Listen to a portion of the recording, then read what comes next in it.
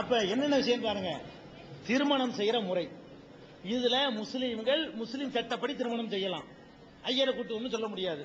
எங்க மதத்தின்படி எது திருமணமோ, யாரை திருமணம் செய்யலாமோ அதை நாங்கள் செய்து கொண்டால் நீதிமன்றம் ஏத்துக்கிறோம். இதுல முஸ்லீமுக்குள்ள முஸ்லீம் திருமணம் செய்யறதுல வேற யாருக்கா ஏதாவது பிரச்சனை இருக்கா? இப்படி கொடுக்கறதுனால தேச ஒருமைப்பாட்டுக்கோ முஸ்லீமுக்குள்ளதான் கல்யாணம் பண்ணிக்கிற போறாங்க. எங்களுக்குள்ள நாங்க செய்யற கல்யாணத்தை எங்க மதத்தின்படி செய்யறதுனால இந்துக்களுக்கோ கிறிஸ்தவர்களுக்கோ கவர்மெண்ட்டுக்கோ யாருக்குமோ ஏன் இடைஞ்சல் இருக்கா? இல்ல. நாட்டை ஒன்றும் பெருசா இது பாதிக்காது. திருமண சட்டம், திருமண சட்டத்தில் எங்க மார்க்கப்படி நாங்கள் நடக்கலாம் அரசியல் சாசனம் அனுமதிச்சிருக்கு. ஒண்ணு. ரெண்டாவது வக்ஃபு. வக்ஃபுண்டா என்ன? வக்ஃபு போர்டு இருக்குல்ல, அதாவது எங்க சமுதாயத்தில் உள்ள முன்னோர்கள் நல்ல காரியத்துக்குன்னு சொத்துக்களை எழுதி வச்சுட்டு போயிருக்கிறாங்க. அந்த சொத்துக்களை நீங்க நினைக்கிற நல்ல காரியத்துக்கு பயன்படுத்தக்கூடாது. எங்க மார்க்கத்தின்படி எது நல்ல காரியமோ அதுக்கு தான் செலவு பண்ணும். இப்ப கோயிலுடைய சொத்துக்களை கோயில் நம்பிக்கை பிரகாரம் எது நல்ல காரியமோ அதுக்கு தான் செலவு பண்ணணும். எங்க மார்க்கப்படி நல்ல காரியத்துக்கு கோயில் சொத்து செலவழிக்க முடியாது. அதே மாதிரி தான் கோவிலுக்கு அறங்காவலரை போட்டு தனியா வச்சுக்கிற மாதிரி முஸ்லீம் வக்ஃபு சொத்துக்களை இஸ்லாத்தில் எது நல்லது என்று ஏற்றுக்கொள்ளப்பட்டிருக்கிறதோ பாட்டு கச்சேரிக்கு செலவழிக்க முடியாது. ஏன்னா இஸ்லாத்துல பாட்டு கச்சேரி கூடாது. அது உதாரணம் சொல்ல வர்றேன். அப்ப முஸ்லீம்களுடைய வக்ஃபு சொத்துக்களை முஸ்லீம் எது நல்லதுன்னு இருக்குதோ அதுக்கு தான் செயல்படுத்தணும். இதுல மற்றவங்களுக்கு ஏதாவது பாதிப்பு இருக்குதா? நாட்டு ஒருமைப்பாட்டுக்கு பாதிப்பு இருக்குதா? இதனால உங்களுக்கு எங்களுக்கு சண்டை வரப்போகுதா? அப்படிப்பட்ட விஷயமா இது? இதுவும் இல்லை. பாயிண்ட் 2, அதாவது ஒன்னு திருமணம், இன்னொன்னு வக்ஃபு, மூணாவது வாரிசு உரிமை. இப்ப நான் இறந்து போயிட்டேன்னா என் சொத்துக்களை எப்படி எப்படிலாம் பங்கு வைக்கணும்ன்றது இஸ்லாத்துல சொல்லப்பட்டிருக்கு. மகனுக்கு இவ்வளவு, மகளுக்கு இவ்வளவு, அண்ணனுக்கு இவ்வளவு, மனைவிக்கு இவ்வளவு, தம்பிக்கு இவ்வளவு, அக்காவுக்கு இவ்வளவு, தங்கச்சிக்கு இவ்வளவுன்னு சொல்லி எல்லாம் எங்களுக்கு நபிகள் நாயகம் வகுத்துட்டு போயிருக்கிறாங்க. எங்க சொத்தை எங்களுக்குள்ள நாங்க பங்கு வச்சுக்கிறோம். இது கவர்மெண்டோ வேற யாருக்குமோ வேற மதத்தவர்களுக்கோ உள்ள சம்பந்தம் இல்ல. இதனால உங்களுக்குள்ள சண்டை வர்றதுக்கு சான்ஸே இல்ல. எங்க சொத்தை எங்களுக்குள்ள நாங்க பங்கு வச்சுட்டு போறோம். இதுல நீங்க உங்க மார்க்கப்படி பங்கு வச்சுக்கிறீங்க. நாங்க எங்க மதத்தின்படி ஒரு பத்துவா வாங்கிட்டு போய் கோர்ட்ல கொடுத்தா அதை ஏத்துக்கிறோம். கோர்ட்டு எங்க தகப்பனார் இறந்து விட்டார், எங்கள் இஸ்லாமிய சட்டப்படி இப்படி பங்கு வர வேண்டும், அதை கோர்ட்டார் அதுக்கு தீர்ப்பளிக்க வேண்டும் என்று கேட்டா எங்க மார்க்க சட்டப்படி கோர்ட்டு தீர்ப்பளிக்கும். ஒரு தகப்பனுக்கு இவ்வளவு, பொண்டாட்டிக்கு இவ்வளவு, புருஷனுக்கு இவ்வளவு உண்டு. பாகப்பிரிவினை வாரிசுரிமை சட்டம் 3. நாலாவது விவாகரத்து செய்யற உரிமை. விவாகம் உரிமை மாதிரி விவாகரத்தை நீங்க கோர்ட்ல போய் தான் பண்ணணும். மத்த எல்லாரும் கிறிஸ்தவரா இருந்தாலும் கோர்ட்ல போய் தான் விவாகரத்து பண்ணணும், இந்துவா இருந்தாலும் கோர்ட்ல விவாகரத்து பண்ணணும், நாத்திகரா இருந்தாலும் கோர்ட்ல தான் விவாகரத்து பண்ணணும், சீக்கியரா இருந்தாலும் கோர்ட்ல தான் பண்ணணும். முஸ்லீம்கள் மட்டும் அவங்களே பண்ணிக்கலாம். முஸ்லீம்கள் மட்டும் விவாகரத்து அவங்களாகவே பண்ணிக்கலாம். ஆம்பளையும் பண்ணிக்கலாம், பொம்பளையும் பண்ணிக்கலாம். திருமணத்தை ரத்து செய்யறது அப்படின்னு எங்க மார்க்கத்தில் சொல்லப்பட்டிருக்கு. அதையும் அரசாங்கம் ஏத்துக்கிட்டு பண்ணிக்கிறங்க. உங்க மார்க்கத்தில் இருக்கிறதுனால உங்களுக்குள்ள விஷயம் தானே, நீங்க விவாகரத்து பண்ணிக்கிட்டு போங்கன்னு சொல்லி இஸ்லாம் சொல்லுது. இதுல விவகாரம் எங்க வருதுன்னு கேட்டா மற்றதுல எல்லாம் வரல. இந்த விவாகரத்துல மட்டும்தான் விவகாரம் வருது. நல்லா கவனிக்கணும். பிரச்சனை எங்க வருதுன்னா விவாகரத்து செய்யும் பொழுது பெண்கள் பாதிக்கப்படுறாங்க. மற்றதுல எல்லாம் கேள்வி வர நல்லா விளங்கிக்கணும். பொது சிவில் சட்டத்துல, அத முஸ்லீமுடைய தனியார் சட்டத்துல 4 சொன்னல, 4ல 3 விவகாரம் வராது. எங்களுக்குள்ள கல்யாணம் பண்ணிக்கிறோம், எங்க சொத்தை நாங்க பங்கு வச்சுக்கிறோம், எங்க வக்ஃபு சொத்தை எங்க முறைப்படி செலவழிச்சுக்கிறோம் போது மத்தவங்க கேள்வி கேட்கிற வரல. எங்க வருதுன்னு கேட்டா விவாகரத்து சட்டம் இருக்கு பாருங்க, அதுலதான் மற்றவர்கள் கேள்வி கேட்கிறாங்க. எப்படி கேட்கிறாங்கன்னா எங்களுக்கு ஒண்ணும் இல்லதான், உங்க பெண்கள் பாதிக்கப்படுறாங்கல்ல, உங்க பெண்களுக்கு நீங்க கொடுமை செய்றீங்கல்ல, அதை எப்படி நாங்க பாத்துக்கிட்டு இருப்போம்னு கேட்கறாங்க. விஷயம் விளங்குதா? அப்ப கூட வேற யாருக்கு அதனால பாதிப்பு இல்ல, எங்க பெண்கள் பாதிக்கப்படுறாங்கிற நல்ல நோக்கத்துல அப்படி ஒரு கேள்வி எழுப்பப்படுது. அந்த சகோதரரோட விவகாரத்தை பத்தி கேட்டார் ஒரு கேள்வி. ஆனால் நீங்க அறிவுபூர்வமா சிந்திச்சு பார்த்தீங்கன்னு சொன்னா விவாகரத்து சட்டத்துல முஸ்லீம்களுக்கு இருக்கு பாருங்க, அந்த மாதிரி சட்டம் உங்களுக்கு வேணும்னு நீங்க கேட்கணும். அதான் அறிவுபூர்வமா நல்லது. விவாகரத்து இருக்குத, விவாகரத்து பண்ற அதிகாரத்தை கோர்ட்டுக்கு கொடுக்கவே கூடாது. கோர்ட்டு கொடுத்தீங்கன்னு சொன்னா நாசமா போயிடும் நாடு. ஏன் வச்சுக்கிறீங்க? திருமணத்தை நீங்க தான் பண்ணிக்கிறீங்க. திருமணத்தை நீங்க பண்ணிக்கிற போது ரத்து நீங்க தான் பண்ணணும். அப்ப திருமண ரத்து செய்யற அதிகாரத்தை நீதிமன்றத்தில் கொடுத்தீங்கன்னா மோசமான பயங்கரமான விளைவுகள் நாட்டில் ஏற்படும். ஏற்பட்டு கொண்டு இருக்கு. என்ன ஏற்படுது? கல்யாணம் பண்ணிடுறாங்க, புருஷனுக்கு பொண்டாட்டியை பிடிக்கல, புருஷனுக்கு பொண்டாட்டி என்ன காரணமோ பிடிக்கல, என்ன செய்யணும்? விவாகரத்து பண்ணணும், கோர்ட்டுக்கு போகணும். கோர்ட்டுக்கு போறான். கோர்ட்டுக்கு போனா என்ன செய்யும்? கோர்ட்டு 3 வருஷத்துக்கு கேஸை இழுக்கும். நிறைய வழக்கு தயங்கி இருந்தா ஒரு 5 வருஷத்துக்கு இழுக்கும். இழுத்து அதுக்கப்புறம் நீங்க 1 வருஷம் சேர்ந்து இருந்து பாருங்க அப்படின்னு சொல்லும். கடைசியில நீ என்ன செஞ்சுக்க? சரியான காரணம் சொல்லல, விவாகரத்து தரமாட்டேன்னு சொன்னாலும் சொல்லலாம். உலகம் போய்விட்டு 5 வருஷம் கழிச்சு நீ சரியான காரணம் சொல்லவில்லை, அதனால நான் விவாகரத்து தர முடியாதுன்னு கூட சொல்லலாம். இதெல்லாம் பாக்குறான் ஒருத்தன், உன்னிப்பா கவனிக்கிறான். கோர்ட்டுக்கு போய் 5 வருஷம் காத்துக்கிட்டு இருந்து அது வரைக்கும் பொண்டாட்டி இல்லாம எப்படி இருக்கிறது, அவதான் புருஷன் இல்லாம எப்படி இருக்கிறது, 5 வருஷத்துக்கு 5 வருஷம் குடும்ப வாழ்க்கைங்கிற அப்பப்ப தேவைப்படக்கூடியது. ஒவ்வொரு ஆணுக்கும் தேவை, பெண்ணுக்கும் தேவை. இன்னைக்கு இது இல்லாட்டி வேற ஒண்ணு இருக்கணும். அப்படி இல்லைன்னா 5 வருஷ கணக்குல எல்லாம் தாங்கிட்டு இருக்க முடியாது, யாராலும் கெட்டு போயிருவாங்க. வேற மாதிரியான அது உணர்ச்சி சம்பந்தப்பட்ட விஷயம். அப்படி இருக்கும் பொழுது இதுல தேவையற்ற தாமதம் ஏற்படுறது பாக்குறான் ஒருத்தன். நமக்கு பொண்டாட்டியை பிடிக்கல, இப்ப கோர்ட்டுக்கு போனா 5 வருஷம் இழுப்பாங்க, பேசாம மண்ணெண்ணெய் ஊத்தி கொளுத்திட்டு ஸ்டவ் வெடித்து இல்மன் சாவுன்னு சொல்லிட்டோம்னா அடுத்த நாளைக்கே விஷயம் முடிஞ்சிருமே நினைக்கிறான். இன்னைக்கு நடக்கிற ஸ்டவ் வெடிக்கிறது பூரா அதான் தெரிஞ்சுக்கணும். முஸ்லீம் வீட்டுல ஸ்டவ் வெடிக்கவே காணாம். நாங்கெல்லாம் ஐஎஸ்ஐ முத்திர ஸ்டவ் வாங்குறோமா, எல்லாரும் வாங்குற ஸ்டவ் தான் நாங்களும் வாங்குறோம். முஸ்லீம் வீடுகளில் ஸ்டவ் வெடித்து இளம்பன் சாவு காணாம். வேற சமுதாயத்தில் மட்டும்தான் ஸ்டவ் வெடிக்குது. என்ன காரணம்? பிடிக்கலன்னா உசுரோடாச்சும் அனுப்பி விட்டுறான். இவன் என்ன பண்றான்? பிடிக்கல, கோர்ட்டுக்கு போகணும், 5 வருஷம் காத்துக்கிட்டு இருக்குன்னு இல்லைன்னு சொன்னாலும் சொல்லுவான். முடிச்சுட்டோம்னா என்ன சாட்சி இருக்கு வீட்டுல கொள்றதுக்கு? ரொம்ப ஈஸி. அது மாதிரி செஞ்சிடறான். அப்ப ஸ்டவ் வெடித்து பொண்டாட்டி சமையல் பண்ணும்போது செத்து போயிட்டான்னு சொல்லி கொளுத்தி நாசமாக்கி ஒரு பெண்ணை பரலோகத்துக்கு அனுப்பிடுறான். அது மாதிரி அனுப்பப்பட்ட கேஸ் 95% இந்த மாதிரி கேஸ் சொல்லி பார்லிமெண்ட்ல அறிக்கை தாக்கல் செய்யறான். நான் புறம்போக்கு கதையை நான் சொல்லிட்டு இருக்கல.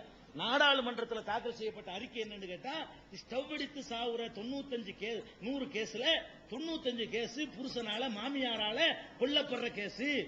அப்ப ஒரு பெண்ணை கொல்ற அளவுக்கு போறானே, அட கொல்லாதடா அனுப்பியாது விட்டுறான்னு சொல்றது நல்லதா, கொல்றது நல்லதா? ஏன் கொல்றான்? நீங்க கஷ்டமாக்கி வச்சிட்டீங்க. விவாகத்தை ரத்து பண்றதை கஷ்டமாக்கி வைக்கும் பொழுது அவனுக்கு குடும்ப வாழ்க்கை தேவை இருக்குது, இடைஞ்சலா இருக்கிறான். சரி, இவன் தான் அப்படி பண்றான்னு வைங்க, அவ பண்ண மாட்டாளா? பண்றான். அவளுக்கும் கஷ்டமாக்கி வச்சிருக்கிறீங்க. பொண்டாட்டிக்கு பிடிக்காட்டி அவளும் கோர்ட்டுக்கு தான் போகணும். கோர்ட்டுக்கு போனா என்ன செய்யும்? அது 5 வருஷம் ஆகும். அப்ப அவ என்ன பண்ணுவா? இவன் வேணா ஒரு புருஷன் வேணும் நமக்கு, எவ்வளவு நாளைக்கு புருஷன் இல்லாம இருக்கிறது? இவனை விட்டுட்டு தெருவுல தாயார் வீட்டுல போய் 5 வருஷம் உட்கார்ந்திருக்க முடியுமா? ஒரு பெண்ணுக்கு சாத்தியமாகுமா? வேலைக்கு போற பெண்களுக்கு சாத்தியமாகலாம். அது எத்தனை பேர் வேலைக்கு போயிட்டு இருக்காங்க? அப்ப இந்த பெண்மணி நினைக்கிறா, என்னடா இப்படி போயிட்டு இருக்க? அவ என்ன பண்றா? ஒரு 2 மாத்திரை கூட கலைக்கிற வேண்டியதான். திடீர்னு போனாரு அழகானம்ல. அப்படி கேஸ்லாம் என்ன நினைக்கிறீங்க? எல்லாம் இயற்கை நினைக்கிறீங்களா? இல்ல, 5 தான் இயற்கை.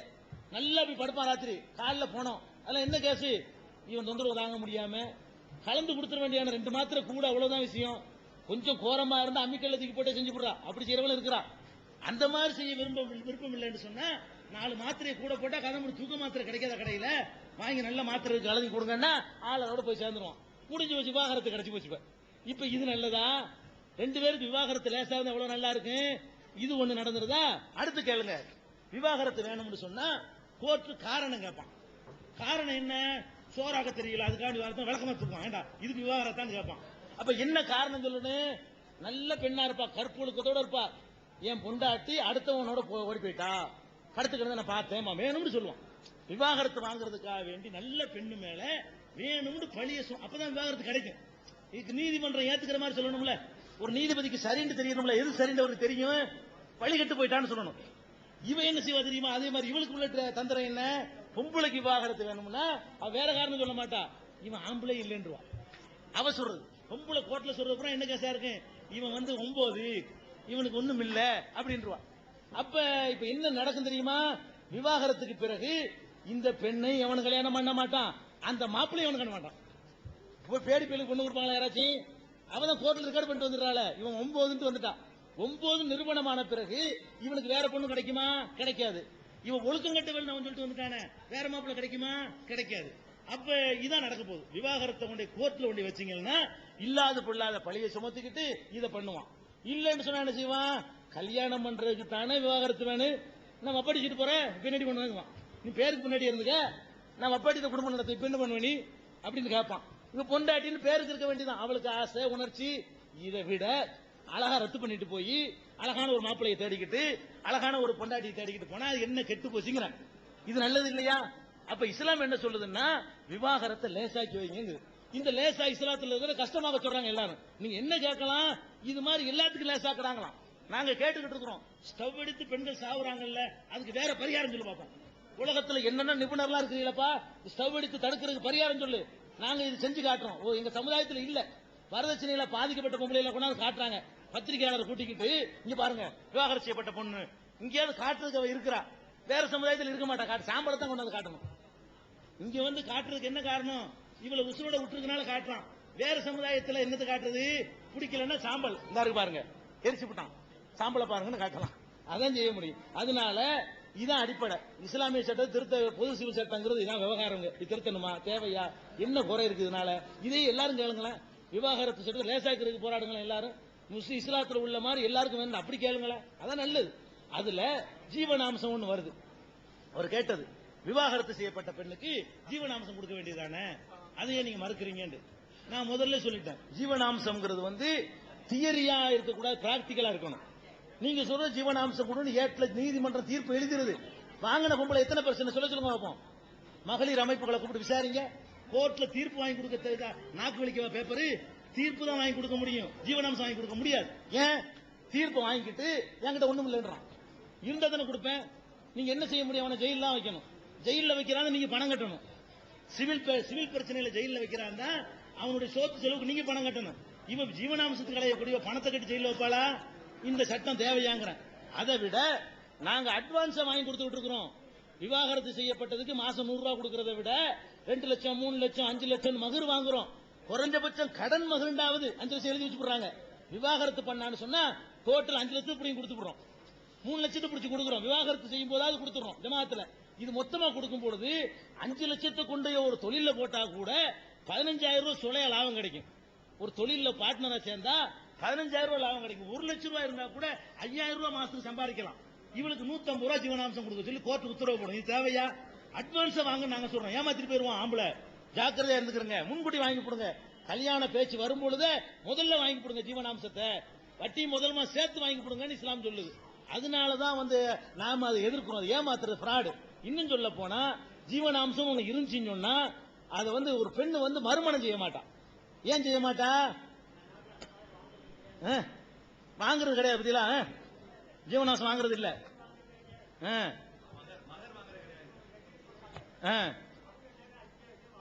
அழகான பாதையில ஐயா அழகா சொல்றாங்க. கொஞ்சம் நல்லா சத்தமா மைக்க கொடுங்க, சொரண வந்து நிமேல கொடுங்க, திருந்திக்குவாங்கள, கேளுங்க நல்லா, மைக்க கொடுங்க. இருங்க ஐயாட்ட கொடுங்க. குறிப்பா அந்த கீழக்கர ஆளுக்கு வந்திருக்கீங்களா, உங்களுக்கு தான் சொல்லணும். வாங்க வாங்க, அவர் கீழக்கரன்னு இன்ட்ரெஸ்டா வர்றாரு, அவர் ஊர் தான் அது. அது சொல்லுங்க ஐயா. இல்ல மத்தவங்க எல்லாம் எப்படி கவனிக்கிறாங்கன்னு பாருங்க, சொல்லுங்க, நல்லா சொல்லுங்க. நீங்க இது உங்களுடைய பிரச்சனை. இல்ல இல்ல சொல்லுங்க. நான் சொல்றேன், எங்க ஊர் பகுதியில பெண் வீட்டுக்காரர்களுக்கு பெண்ணுக்கு பெயரளவில 2 பவன் செயின் போடுறாங்க, தங்கச்சி. சரி, வாங்குறது 2 லட்சம் 3 லட்சம் 5 லட்சம் 10 லட்சம்னு வாங்குறாங்க. அப்படித்தானே நடக்குது. எங்க மகர் வாங்குறாங்க, நீங்க மகருக்கு 50 லட்சம் வாங்குறாங்க, 10 லட்சம் வாங்குறாங்கன்னு சொல்றீங்க. அது இல்லையே, இல்ல எங்க நாட்டுல இல்லையே. சரி, 2 பவுன் செயினை தவிர வேற கூடுதலாக எதுவுமே கிடையாது. ஊரை சொல்லுங்க.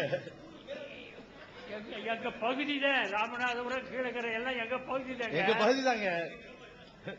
ராமநாதபுரம் கீழக்கரை தேவிப்பட்டணம் எல்லாம் எங்க பகுதி தான், எங்க ஊர் தான் நாங்க சொல்லுவோம். சரி, எங்க பகுதியில முஸ்லீம்கள் வீட்டுல 2 பவன் செயின் தான் மகர், வாங்குக்கு மேல கிடையாது. வாங்குறது 2 லட்சம், வாங்குறது 2 லட்சம். ஆமா, வாங்குறது 2 லட்சத்துக்கு மேல இப்ப 10 லட்சம் வரையும் வருது. சரி, அதுதான் ஐயா அந்த சகோதரோட கேட்டாரு, முஸ்லீமை பார்த்து நான் இஸ்லாத்துக்கு வர்றதா, இஸ்லாத்தை படிச்சு வர்றதான்னு. அதான் நான் முதல்ல சொன்னேன். என்ன பிரச்சனை கேட்டா, நீங்க சொல்றது நடக்குது இல்லன்னு நான் சொல்லல, அது இஸ்லாத்துக்கு எதிரான ஒரு வேலையை இவங்க செய்யறாங்க. இஸ்லாம் வந்து பெண் வீட்டார்ட்ட நீ குடுன்னு சொல்லுது, முஸ்லீம்ங்கிற பேரை வச்சுக்கிட்டு இவன் வாங்கிட்டு இருக்கிறான். நாங்க அதை மறுக்கல. வரதட்சணைக்கு எதிராக ஊர் ஊரா போய், இதே ஊர்ல ஒரு 2 மாசத்துக்கு முன்னாடி பிரம்மாண்டமா மாநாடு போட்டோம். இதே ராமநாதபுரத்திலேயே வரதட்சணைக்கு எதிராக ஒரு பெரிய மாநாடு போட்டோம். வந்திருந்த அவ்வளவு மக்கள் நாங்க வரதட்சணை வாங்கவோ கொடுக்கவோ மாட்டோம்னு சபதம் எடுத்தாங்க. இதுவரைக்கும் நாங்க ஒரு 15 வருஷ காலமா வரதட்சணைக்கு எதிராக போராடிக்கிட்டு எங்க சமுதாயத்தில் அதுக்காக வெட்டு குத்தம் வாங்கியிருக்கிறோம். அதுக்கு பிறகு வரதட்சணைக்கு எதிராக நாங்க போராடிக்கிட்டு இருக்கிறோம். வரதட்சணை இல்லாம திருமணம் பண்ணக்கூடியவர்களை ஒரு 25% கொண்டு வந்திருக்கிறோம். 100% வாங்கின சமுதாயத்தில் வரதட்சணை வாங்காமல் கல்யாணம் ஒரு 25% நம்ம நடத்தி காட்டிருக்கிறோம். இந்த உங்க பகுதியை சேர்ந்தவர் தான் அந்த பாக்கர். நீங்க வாங்கினீங்களாங்க? நீங்க வாங்கல, அவர் வாங்கல, நான் வாங்கல. நானும் உங்க பகுதிக்காரன் தான், நான் தொண்டி ராமநாதபுரத்து பகுதி தான் எனக்கும் கூட. அப்ப நான் வாங்கல, என் குடும்பத்துல யாருமே வாங்க, எங்க ஊருக்காரங்கள வந்திருக்காங்க, போய் சொல்லிட்டு போகல, நாங்க வாங்கல, 15 வருஷத்துக்கு முந்தைய வாங்கல, எங்க குடும்பத்துல வாங்கல, வாங்காத திருத்துறோம். திருத்துறதுக்கு தானே உங்களை நான் சொல்ல சொன்னேன். இப்ப உங்களை சொல்ல சொன்னதை மறைக்கிறதா இருந்தா உங்களே மைக்கில் சொல்ல சொல்றேன். இப்ப முஸ்லீம் சகோதரர்கள் பாருங்க, நீ இந்த 7ஆம் தேதி கூட 2 கல்யாணம் இருக்குது கீழக்கரையில. வாங்காதவர்களை மக்களுக்கு பார்த்து இரையச்சத்தை உண்டாக்கி, இது இஸ்லாம் இல்லைங்க, இப்படி செய்யாதீங்க, மற்றவங்க எல்லாம் நம்மளை பார்த்து காரி துப்புறாங்க, இஸ்லாமிய பழக்கம் இது இல்ல, இப்படின்னு அவங்களுக்கு அறிவுரை சொல்லி திருத்திக்கிட்டு வர்றோம். முடிஞ்ச அளவுக்கு திருத்துறோம். அறிவுரை தான் சொல்ல முடியும். நம்மள்ட்ட ஆட்சி அதிகாரமா இருக்குது. அறிவுரை சொல்லி பெருமளவுக்கு மாற்றம் கொண்டு வந்திருக்கோம். இப்ப ஐயா சொன்னது நல்லா கவனிங்க. வந்திருக்கிற முஸ்லீம்களை தாய்மார்களா பாத்துக்கிறங்க. வாங்குனீங்கன்னா இஸ்லாத்தை பத்தி எப்படி ஒரு தப்பான நம்பிக்கை வருதுன்னு. இப்ப வந்திருக்கக்கூடியவங்க முஸ்லீம்கள் இருக்கிறவங்க மட்டும் வாங்கவோ கொடுக்கவோ மாட்டோம். ஐயாவுக்கு முன்னாடி கொஞ்சம் கைத்து காட்டுங்க, உறுதி பண்ணி. பெண்களும் தான் வாங்கவும் கூட கொடுக்கவும் கூட தைரியமா தூக்குங்க. எல்லாரும் தூக்க வச்சாச்சு. சாட்சி தாங்க, இறைவன் சாட்சி. இறைவனுக்கு பயந்து, அல்லாவுக்கு பயந்து இங்க இருக்கிற முஸ்லீம்கள் நீ வாங்க போறீங்களா? நீங்க கீழே உள்ள முஸ்லீம்கள் கையெழுத்துங்க, ரெக்கார்ட் பண்ணிக்கிறாங்க. முஸ்லீம்ங்க இல்லமா, முஸ்லீம்கள் எல்லாம் கீழே இருக்கிறாங்க. ஏன் கையை தூக்கலன்னு கேட்டா 4-5 பேர் தான் இங்க இருக்கிறாங்க. முஸ்லீம்கள் நம்ம அனுமதிக்கல. சில பேர் அதையும் கண்டுபிடிச்சு 2-3 ஊடுருவிக்கிண்டு முஸ்லீம் ஆளுங்க உள்ள ஊடுருவி இருக்கிறாங்க. பெண்கள் மாத்திரம் அப்படி அனுமதிச்சிருக்கிறோம். கீழே தான் முஸ்லீம்கள் இருக்கிறாங்க. எல்லாம் அந்த பெரிய மாற்றம் வந்திருக்கு. நீங்க பழைய மாதிரி இல்ல, நீங்க நினைக்கிறதெல்லாம் இருந்துச்சு. அதை நொந்து போய் தான் நாங்க களத்துல இறங்கி இதுக்காக ஒரு இயக்கமே வரதட்சணைக்காக வேண்டி ஆரம்பிச்சு ஊர் ஊரா சொல்லி ஓரளவுக்கு நிறைய மாற்றங்கள் வந்துகிட்டு இருக்குது. இன்னும் நாங்கள் உழைப்போம், பாடுபடுவோம், அதுக்காக முயற்சி பண்ணுவோம். இல்ல வரும் வரும் வரும் வாங்கிட்டு தான் இருக்கிறாங்க. இல்லன்னு யார் சொன்னா? வாங்காதவங்களே கிடையாதுன்னு சொல்லாதீங்க. வாங்காதவங்களும் இருக்கிறாங்க, கொஞ்சமா இருக்கிறாங்க, வாங்காதவங்களும் இருக்கிறாங்க. நிறைய பேர் வாங்குறாங்க, கொஞ்சம் பேர் வாங்காம இருக்கிறாங்க. இந்த நான் இருக்கேன், இந்த அவர் இருக்காருல, பத்தாது உங்களுக்கு. இந்த அது இந்த பாருங்க, இந்த பாருங்க வாங்கல. 2 மகனுக்கு வரதட்சணை வாங்கல. வேற யாரும் வாங்கல. நீங்க சொல்லி வாங்கலா? இது பாருங்க, இந்த இருக்காரு சொல்லி வாங்க. வேற யாரு? இந்த வாங்கல. வேற யாரு? வாங்கலே கொடுத்துட்டா இருக்காரு. வாங்கலே கொடுக்கல. வேற யாரு? வாங்கலையா கொடுக்கலையா? இந்த இருக்காரு, வாங்கலே கொடுக்கல. இந்த பாருங்க, ஐயாவுக்கு ஒண்ணு சொல்றேன். திருநெல்வேலியில மேலப்பாளையம்னு ஒரு ஊர் இருக்கு. அதுல எங்களுக்கு நிறைய ஆதரவு இருக்கு அந்த ஊர்ல. அங்க என்னன்னு கேட்டா, திருநெல்வேலியில இந்த சம்பவம் தெரிஞ்சுக்கணுங்க. மேலப்பாளையம்ங்கிற ஒரு ஊர்ல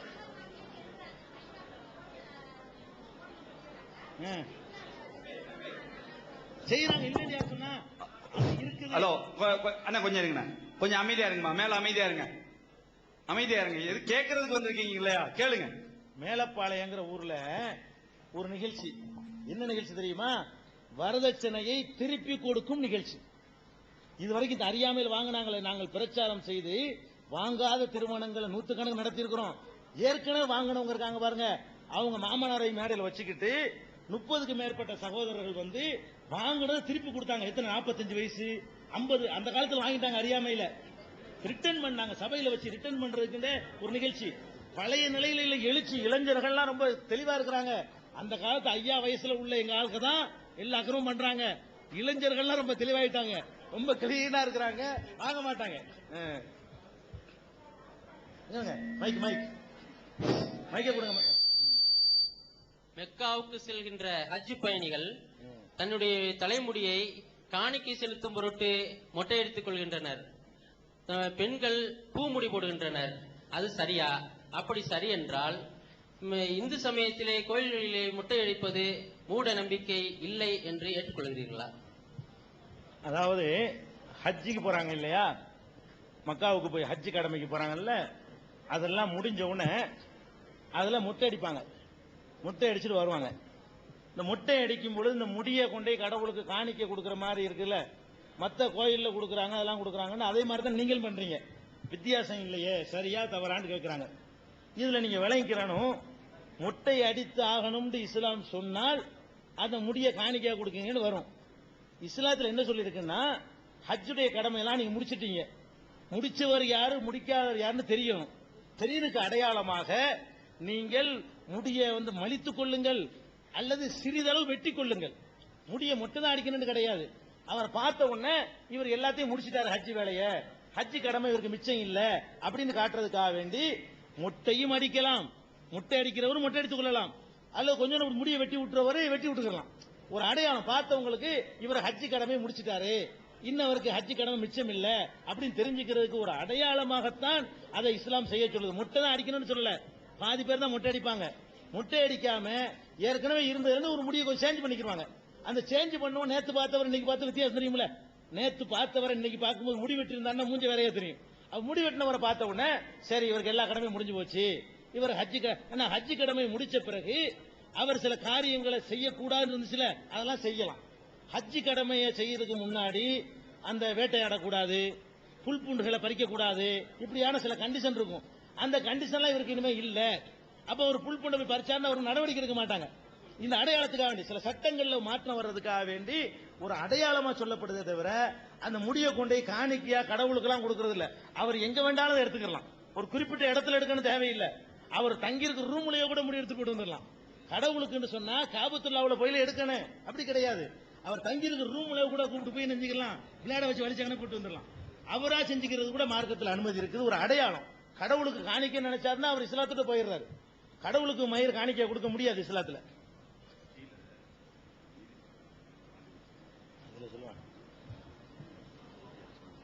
சார் கடைசியா பார்க்க முடிக்கும். சரி அடுத்து வணக்கம். அஸ்ஸலாமு அலைக்கும். சபா எப்படி வலைக்கும் சலாம். உதுபில்லாஹி மினஷ் ஷைத்தானிர் ரஜீம். பிஸ்மில்லாஹிர் ரஹ்மானிர் ரஹீம். ஏன்னா நான் முஸ்லீம் மதத்தை நேசிக்கிறேன். இப்போ குர்ஆன் வாசிச்சுட்டு இருக்கேன். ஏன்னா அதுல உள்ள சில நல்ல வழிமுறைகள்லாம் எனக்கு ஃபாலோ பண்ற மாதிரி தெரியுது. அதனால நான் அதை பண்றேன், நேசிக்கிறேன். நானும் என்னோட முஸ்லீம் தோழி தான் வந்துட்டு மத்த எல்லாம் சொன்னாங்க, குர்ஆனை வந்து ஹிந்துஸ் தொடக்கூடாது, அந்த தொழுகை விரிப்பு பக்கத்திலேயே போகக்கூடாது அப்படி இப்படின்னு சொன்னாங்க. ஆனா நான் படிச்சது முஸ்லீம் காலேஜ்ல தான், கீழக்கரையில டிபிஏல படிச்சேன். அதுக்காக நான் ரொம்ப பெருமைப்படுறேன். அங்கே உள்ள முஸ்லீம் ஃப்ரெண்ட்ஸ்லாம் எனக்கு சுத்தி இருந்தவங்க எல்லாருமே முஸ்லீம்ஸ் தான். ஆனா முஸ்லீம்ஸ்லயே சில பேர் இருப்பாங்க, எப்படி நான் சொன்ன பாருங்க, என் கூட படிச்சவங்களே இருக்காங்க. எப்படின்னா குர்ஆன் பக்கத்துல உட்காரக்கூடாது, குர்ஆனை தொடக்கூடாது அப்படிலாம் சொன்னவங்க எல்லாம் இருக்காங்க. அவங்களெல்லாம் மீறி எனக்கு குர்ஆன் இப்ப சொல்லி கொடுத்துட்டு இருக்காங்க. அவங்கள நான் ரொம்ப பெருமையா நினைக்கிறேன். ஆனா அவங்களோட கூட மத்தவங்க சொல்லியிருக்காங்க, நீங்க என்ன இப்படி குர்ஆன்லாம் சொல்லி தரீங்களே அப்படின்னா, நான் சொல்றேன் எனக்கு பிடிச்சிருக்கு, அதுக்காக நான் ஃபாலோ பண்றேன். அதுல ஏற்பட்ட ஒரு படிச்சுட்டு இருக்கையில ஏற்பட்ட ஒரு சந்தேகம் தான்.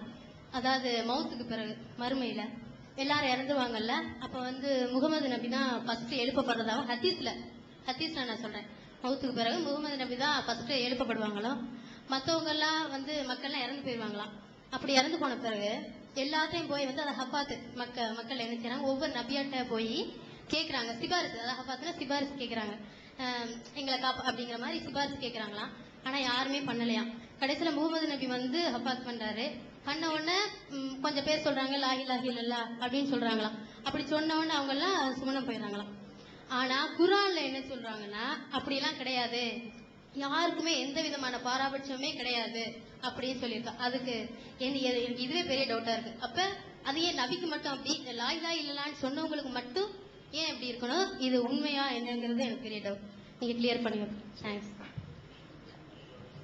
அது நல்லா இஸ்லாத்தை கொஞ்சம் நல்லாவே படிச்சுட்டு தான் கேட்கறாங்க. பேர் என்னமா சொன்னீங்க? பேர் சொல்லல. பத்மாவதி. பத்மாவதி சகோதரி வந்து நல்ல அழகான கேள்வி கேட்டிருக்கிறாங்க. குர்ஆனை படிக்கிறாங்க, தமிழ் மொழியில் இருக்குது. குர்ஆனை வந்து படிச்சு பார்த்துட்டு தான் கேட்கறாங்க. அதாவது குர்ஆன்ல என்ன இருக்குன்னு கேட்டா, மறுமை நாள்னு ஒண்ணு இருக்குது. அவங்க கேட்ட கேள்விக்கு முன்னாடி அவங்க என்ன கேட்டாங்கன்னு விளங்கணும்ல. மறுமை நாள்னு சொன்னா இந்த உலகம் எல்லாம் ஒரு நாள் அழிக்கப்படும். இந்த உலகம் முழுசும் ஒரு நாள் அழிக்கப்பட்டு போயிடும். அழிக்கப்பட்ட பிறகு எல்லாரையும் கடவுள் வந்து திரும்ப உயிராக்குவார். அது கடவுளுக்கு பெரிய காரியம் இல்லை. அதாவது முதல்ல படைக்கிறதா எப்பவுமே கஷ்டம், ரெண்டாவது ஒன்றை தயாரிப்பது கஷ்டமே கிடையாது. இதை வந்து முத தயாரிக்க ரொம்ப கஷ்டப்பட்டிருப்பான். ரெண்டாவது தயாரிக்கும் மோல்டு பண்ணி ஊத்திட்டு போயிருவான். பெரிய கஷ்டம் கிடையாது. இப்ப கடவுள் ஃபர்ஸ்ட் நம்மளை படைச்ச கடவுள் திரும்ப ஒரு தடவை படைக்கிறது வந்து கடவுளுக்கு கடவுள் நம்ம நம்பின பிறகு, அவர் தான் நம்மளை படைச்சார் நம்பின பிறகு ரெண்டாவது தடவை படைக்கிற நம்புறது லேசு. கடவுளே நம்பாதவருக்கு கஷ்டமா இருக்கலாம். என்னை கடவுள் தான் படைச்சிருக்கா நான் நம்புறேன், என்னை பார்த்துட்டு இன்னொரு தடவை படைக்கிற பெரிய கஷ்டமா இல்ல. அப்ப எல்லாரையும் கடவுள் திரும்ப வந்து உயிர்ப்பிப்பார். உயிர்ப்பித்த பிறகு அந்த நியாய தீர்ப்பு நாள் அப்படி ஒரு நாள் இருக்குது. அதுல உலகத்தில் உள்ள எல்லாரும் நிறுத்தப்பட்டிருப்போம். அந்த நாள்ல வந்து அவர் ஒரு ஜட்ஜ்மெண்ட் பண்ணுவார். நல்லவர்களுக்கு சொர்க்கம், கெட்டவர்களுக்கு நரகம். அங்க நல்லவரா போய் சேர்றதுக்காகத்தான் இங்க சில தியாகங்களை மேற்கொள்ளணும். எதுக்கு இஸ்லாத்துல வந்து நாங்க தியாகம் கலப்படம் பண்ண வேணாம், ஃப்ராட் பண்ணாத, காசு கிடைக்குதுங்கிறதுக்காக வேண்டி அநியாயம் பண்ணாதன்னா அங்க போய் நெருப்புல போய் வாட்டிடக்கூடாதுங்கிறது தான், நரகத்தில் போட்டக்கூடாதுங்கிறதுக்காக தான் நாங்க நடந்துகிட்டு இருக்கோம். அந்த நாளை பற்றி குர்ஆனில் சொல்லும் பொழுது யாரும் அதுல பரிந்துரை எடுபடாதுன்னு இருக்கு. அங்க ஒரு ரெக்கமெண்டேஷன் இருக்குல்ல, அதுக்கு அங்க இடம் கிடையாது. யாரும் பரிந்துரை செய்வதற்கு எந்த இடமும் கிடையாதுன்னு குர்ஆன் தெளிவா சொல்லுது. அந்த குர்ஆன் வசனத்தை படிச்சிருக்காங்க. மறுமையில வந்து ஏன்னா கடவுளுக்கு எல்லாம் தெரியும் போது இவர் நமக்கு வேண்டிய ஆள் தான், கொஞ்சம் பார்த்து செய்யுங்க அப்படின்னா அப்ப கடவுளுக்கு சொல்லி கொடுக்குற மாதிரி போயிடுது. அவர்கிட்ட போய் யார் ரெக்கமெண்ட்லாம் பண்ண முடியாது. அவரவர் என்ன செஞ்சாருன்னு கடவுளுக்கு தெரியும். அதன் அடிப்படையில் அவர் தீர்ப்பு வழங்குவார்னு சொல்லி குர்ஆன்ல தெளிவான வசனங்கள் இருக்குது. இது போக குர்ஆன் அல்லாமல் நபிகள் நாயகத்தினுடைய உபதேசங்கள்னு சிலது இருக்குது. அதுல வந்து இது குர்ஆனுக்கு மாத்தமா தெரியக்கூடிய ஒரு அம்சம் இருக்குது. அதான் கேட்கிறாங்க. அதாவது நபிகள் நாயகம் வந்து மறுமை நாள்ல அந்த விசாரணைக்கு முன்னாடி கடவுள்கிட்ட பரிந்துரை செய்வாங்க. அவங்க யாருக்கெல்லாம் பரிந்துரை ரெக்கமெண்ட் பண்றாங்களோ அவங்க எல்லாம் சொர்க்கத்துக்கு போவாங்க, யாரெல்லாம் ரெக்கமெண்ட் பண்ணலையோ அவங்க எல்லாம் சொர்க்கத்துக்கு போக மாட்டாங்கன்னு நபிகள் நாயகம் சொன்னதாக அப்படி ஒண்ணு இருக்குது. இது ரெண்டும் ஒரு கான்ட்ரவர்சியா இருக்குன்னு கேட்கறாங்க. விஷயம் வழங்குதா? கேள்விக்காக சொல்றேன். அவங்க என்ன கேட்கறாங்கன்னா, குர்ஆன்ல என்ன இருக்குன்னா மறுமையில் ரெக்கமெண்டே கிடையாது, யாரும் யாருக்கு ரெக்கமெண்ட் பண்ண முடியாது அப்படின்னு, லா தன்போகா ஷஃபாத்தும், எந்த ஒரு ஷஃபாத்தும் பரிந்துரையும் யாருக்கும் பயன் தராது அப்படின்னு இருக்குது. ஆனா இங்க என்ன இருக்கு, நபிகள் நாயகம் வந்து ரெக்கமெண்ட் பண்ணுவாங்கன்னு இருக்குது. ரெக்கமெண்ட் இல்லைன்னு குர்ஆன்ல சொல்லுது. நபிகள் நாயகம் வந்து சிலருக்காக நான் பரிந்து பேசுவேன், அவங்க எல்லாம் சொர்க்கம் போவாங்கன்னு இருக்குதுன்னு கேட்கறாங்க. இது வந்து மேலோட்டமா பார்க்கும்போது ஒரு கான்ட்ரவர்சி மாதிரி தான் தெரியும், முரண் மாதிரி தெரியும். ஆனால் முரண் இல்லை. ஏன் முரண் இல்லைன்னா, அதே குர்ஆன்ல ரெக்கமெண்டேஷன் இல்லைன்னு சொன்னா கடவுளா சிலருக்கு வந்து அவரா கூப்பிட்டு கொடுப்பார். அவரா கூப்பிட்டு நீ வந்து ரெக்கமெண்ட் பண்ணு. இது என்னன்னு கேட்டா கடவுள் தான் தீர்மானிக்கிறாரு. தீர்மானிக்கிற கடவுள் என்ன பண்றாருன்னு கேட்டா எனக்கு ஒரு அந்தஸ்து கொடுக்க நினைக்கிறாருன்னு வைங்க. அப்ப கடவுள் அங்க அழைச்சி, சபையில் அழைச்சி நீ ஒரு ரெக்கமெண்ட் பண்ணு அப்படின்னு என்னை சொல்லுவார். என்னை விரும்பினார்னா, என்னைக்குன்னு இல்ல, எனக்கு இருக்கலாம் இல்லாம இருக்கலாம், நீங்க உங்கள ஒரு ஆளாவது இருக்கலாம். ரொம்ப நல்லவர்னு கடவுளுக்கு யார் பிடிச்சி போச்சோ அவரை கூப்பிடுவார் கடவுள். இருக்காங்க இல்ல, இதுல 2 பேரும் பரிந்துரை பண்ணு அப்படின்னு கடவுள் சொல்லுவாரு. அந்த 2 பேர் யாருன்னு அவரே சொல்லி கொடுப்பாரு. இந்த அவனுக்கு பரிந்துரை பண்ணுண்டு. இதுல வந்து அப்ப கடவுள் அந்த 2 பேரையும் முடிவு பண்ணிட்டாரு. அவர் முடிவு பிரகாரம் தான் சொர்க்கத்துக்கு போக போறாரு. கடவுள் என்ன பண்றாருன்னு கேட்டா இந்த நல்லவனுக்கு அந்த சபையில ஒரு அந்தஸ்து கொடுக்கறதுக்காக வேண்டி அவரா கூப்பிட்டு நீ ரெக்கமெண்ட் பண்ணு, என்கிட்ட பண்ணு, இன்னென்ன ஆட்களுக்கு பண்ணு அப்படின்னு சொல்லுவாரு. அப்படி சொல்லும் பொழுது சில பேர் நல்லவர்கள் கடவுள் தேர்ந்தெடுத்தவர்கள்லாம் ரெக்கமெண்ட் பண்ணுவாங்க. அது குர்ஆன்ல எங்க இருக்குன்னு கேட்டா அல்லாஹ்வுடைய அனுமதி இல்லாமல் யாரும் யாருக்கும் பரிந்துரை செய்ய முடியாதுன்னு குர்ஆன் வசனம் இருக்கு. பரிந்துரை செய்யலாம், ரெக்கமெண்ட் பண்ணலாம். எப்ப பண்ணலாம்னு கேட்டா கடவுளே கூப்பிட்டு சொல்லுவார். நல்லவரா வாழ்ந்தவனுக்கு ஒரு அந்தஸ்து கொடுக்கணும், எல்லாம் ஒண்ணாக முடியுமா? ரொம்ப நல்லவனா வாழ்ந்தவனுக்கு, ஃபர்ஸ்ட் மார்க் வாங்கினவனுக்கு, பாஸ் மார்க் வாங்கினவனுக்கு வித்தியாசம் இருக்குதுல்ல. பாஸ் மார்க் வாங்கினவனோட ஃபர்ஸ்ட் மார்க் வாங்கினவனுக்கு ஒரு அந்தஸ்து கொடுக்கணும்ல. நம்ம என்ன செய்வோம், சபையில தட்டி கொடுப்போம், 4 பேருக்கு மத்தியில பாராட்டுவோம், அதுல அவனுக்கு ஒரு சந்தோஷம் வரும். அது மாதிரி கடவுள் என்ன பண்றாருன்னா கூடுதல் சந்தோஷம் கொடுக்க நினைக்கிறார். அப்படி பண்ணும் பொழுது நபிகள் நாயகத்தை கூப்பிட்டு அவரா செய்வார்னு இல்லையா, முகமதே எழுவீராக. நபிகள் நாயகமே சொல்றாங்க, இறைவன் என்ன செய்வான்னா முகமதே எழு, நீர் சிலருக்கு பரிந்துரை செய்யி அப்படின்னு இறைவன் சொல்லுவான். சொன்ன பிறகு முகமது என்ன செய்வார்னு கேட்டா சில பேருக்கு பரிந்துரை செய்வார். அப்படி பரிந்துரை செஞ்சவனே என்ன செய்வார்னு கேட்டா கடவுள், நீ செஞ்சிட்ட ஆனா தப்பு, இன்னென்ன ஆளுக்கு நீ பண்ணிருக்க கூடாது. இவங்க எப்படி ஆள் தெரியுமா, இவங்க நீ நல்லவர் நினைச்சுக்கிட்டு இருக்கிற, உன்னை ஏமாத்திக்கிட்டு நல்லவனை நடிச்சவன் இவன்லாம், இவனுக்கெல்லாம் நீ பண்ண ஏத்துக்கிற மாட்டேன்னு கடவுள் சொல்லுவார். அப்ப இதுல என்னத்துக்குன்னு கேட்டா அவர் பரிந்துரை என்பது சும்மா ஒரு ஃபார்மாலிட்டிக்கு தான். முழுக்க முழுக்க கடவுள் தன்னுடைய அதிகாரத்தை தான் செயல்படுத்துறாரு தவிர, கடவுளை திருப்திப்படுத்தினா மட்டும்தான் நம்ம மோட்ச அடையுமே தவிர நல்லவர் பெரியவர் மகான்லாம் போயெல்லாம் மோட்ச அடைய முடியாது. அப்ப முகமது செய்யும் பொழுதே கடவுள் சொல்லுவாரு, யா முகமதே உனக்கு பின்னால் இவர்கள் என்ன செய்தார்கள் என்று உனக்கு தெரியாது அப்படின்னு வருது ஹதீஸ்ல, அவர் சொன்ன மாதிரி ஹதீஸ்ல. அப்ப நபிகள் நாயகம் சில பேருக்கு பரிந்துரை செய்வாங்க. செஞ்ச பிறகு அதுல சில பேர் விஷயத்துல கடவுள் ஏத்துக்குவாரு, சில பேர் விஷயத்துல ஏத்துக்கிற மாட்டாரு. அது செய்யும் போது கூட கடவுளா கூப்பிட்டு சொல்லும் போது அவர் செய்வாரு. இது நபிகள் நாயகத்துக்கு மட்டுமானா இல்ல, நபிகள் நாயகம் கொஞ்சம் நிறைஞ்ச அதிகமான பிறகு பண்ணுவாங்க. உங்களுக்கோ எனக்கோ கூட இருக்கலாம்.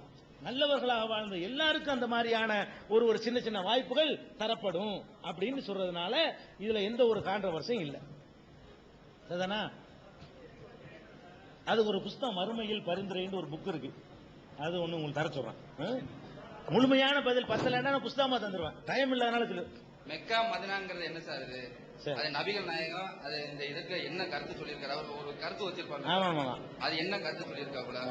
அதனுடைய நல்ல கேள்வி, அழகான கேள்வி.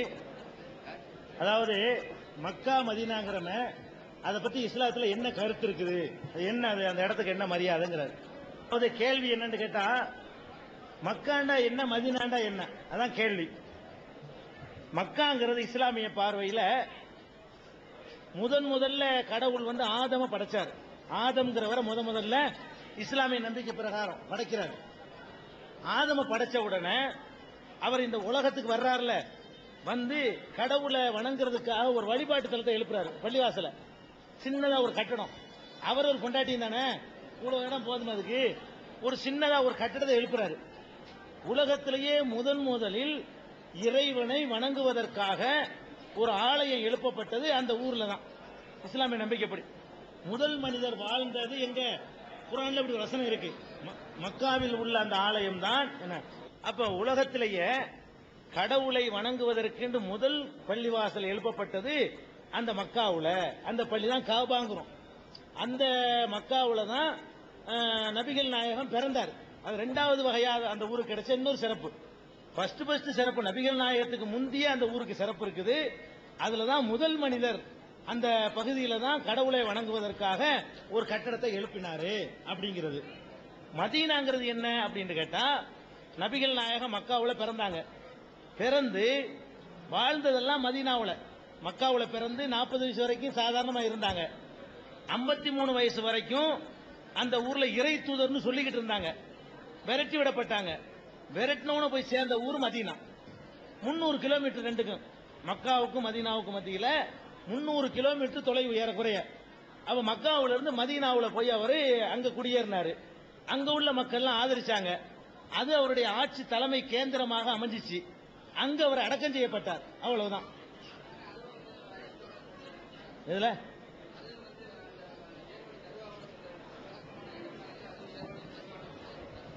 மதீனா வந்து ஏர்வாடி தர்கா மாதிரி இருக்குங்கிறீங்களா? அதாவது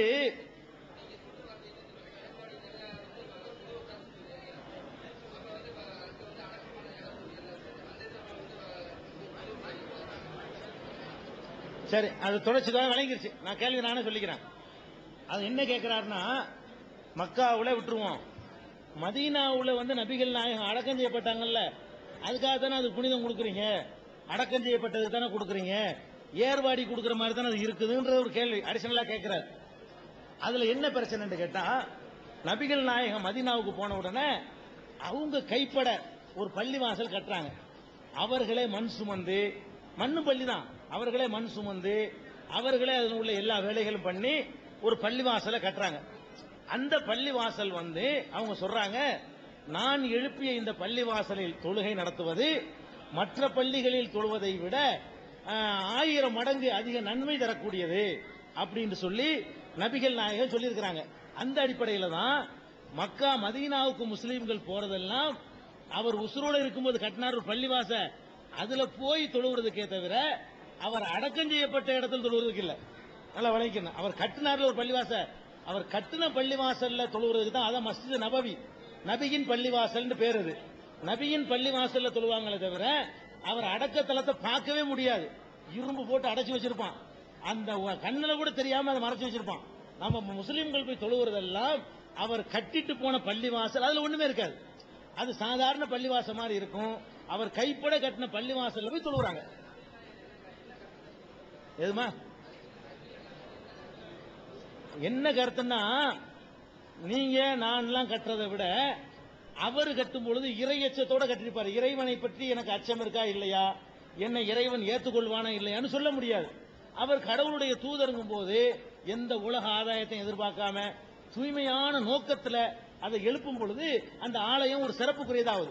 ஆதம் கட்டினார் அந்த ஆலயம், அவருக்கு இருந்த அந்த தூய எண்ணம் எனக்கும் உங்களுக்கு நமக்கு இருக்குன்னு சொல்ல முடியாது. அவர் ஆதம் கட்டினதுக்காக அது சிறந்தது மாதிரிதான் இவர் கட்டின பள்ளிவாசல் ஒரு சிறந்ததாவது. இவர் அங்க அடக்கம் செய்யப்படாட்டாலும் அந்த ஊர்ல அந்த பள்ளிக்கு சிறப்பு இருக்கும். இவர் வேற ஊர்ல அடக்கம் செய்யப்பட்டாலும் அந்த பள்ளிக்கு உள்ள சிறப்பு இருக்கும். அதான் அதுல உள்ளது.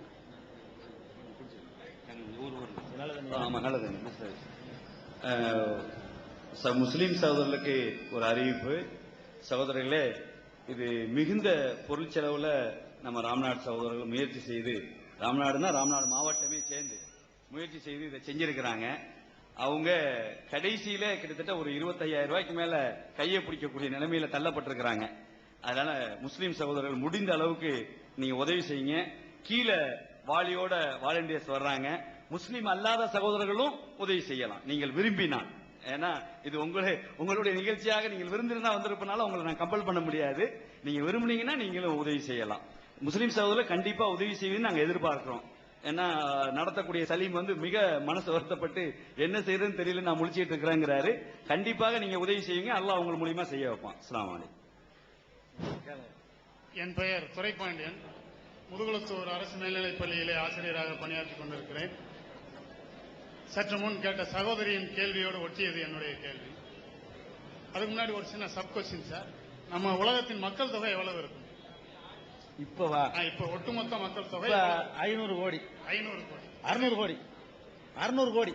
இதில் இஸ்லாம் சமயத்தை தழுவுகின்ற சகோதரர்கள் எத்தனை கோடி இருக்கு? 150 கோடி. 150 கோடி. அந்த டே ஆஃப் ஜட்ஜ்மெண்ட் சொல்ற அந்த அன்னைக்கு ஒரு பிரளயம் ஏற்பட்டு உலகமே அழியுது, மனிதன் உட்பட அனைத்து உயிர்களும் புதைக்கப்படுகிறது.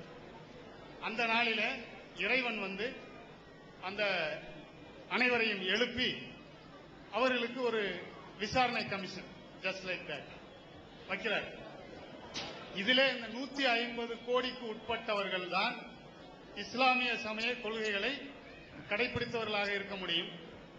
5 கடமைகளை முடித்தவர்களாக இருக்க முடியும். அவர்களுக்கு மட்டும்தான் சொர்க்கம் வழங்கப்படும். மீதி இருக்கின்ற கிட்டத்தட்ட அந்த 450 கோடி அவர்கள் மீண்டும் எழுப்பப்படுவார்களா? என்னை போன்று எந்த மதமும் பிடிக்காமல் இருக்கின்ற ஆள்களுக்கு என்ன கதி? அவர்களுக்கு விசாரணை கமிஷன் உண்டா இல்லையா? அவர்களுக்கு சொர்க்கம் நரகம் என்பது பற்றி இஸ்லாத்தில் என்ன சொல்லி இருக்கிறது என்பது என்னுடைய அழகான கேள்வி கேட்டிருக்கிறாங்க. இன்னைக்கு உலகத்துல ஜனத்தொகை 600 கோடி பேர் இருக்கிறாங்க. அதுல ஒரு 150 கோடி தான் முஸ்லீம் இருக்கிறாங்க. இன்னைக்கு உள்ளதை எடுத்துக்கிட்டா அப்படி ஆதியிலிருந்து எடுத்து பாத்தீங்கன்னு சொன்னா பல்லாயிரம் கோடி மக்கள் போயிட்டாங்க. எல்லாரும் தானே எழுப்பப்படுவாங்க. அதுல எடுத்தீங்கன்னா இன்னும் கம்மியா இருப்பான் முஸ்லீம்கள் தொகை. என்ன நபிகள் நாயகத்துக்கு பிந்தி தானே அதெல்லாம் வருது.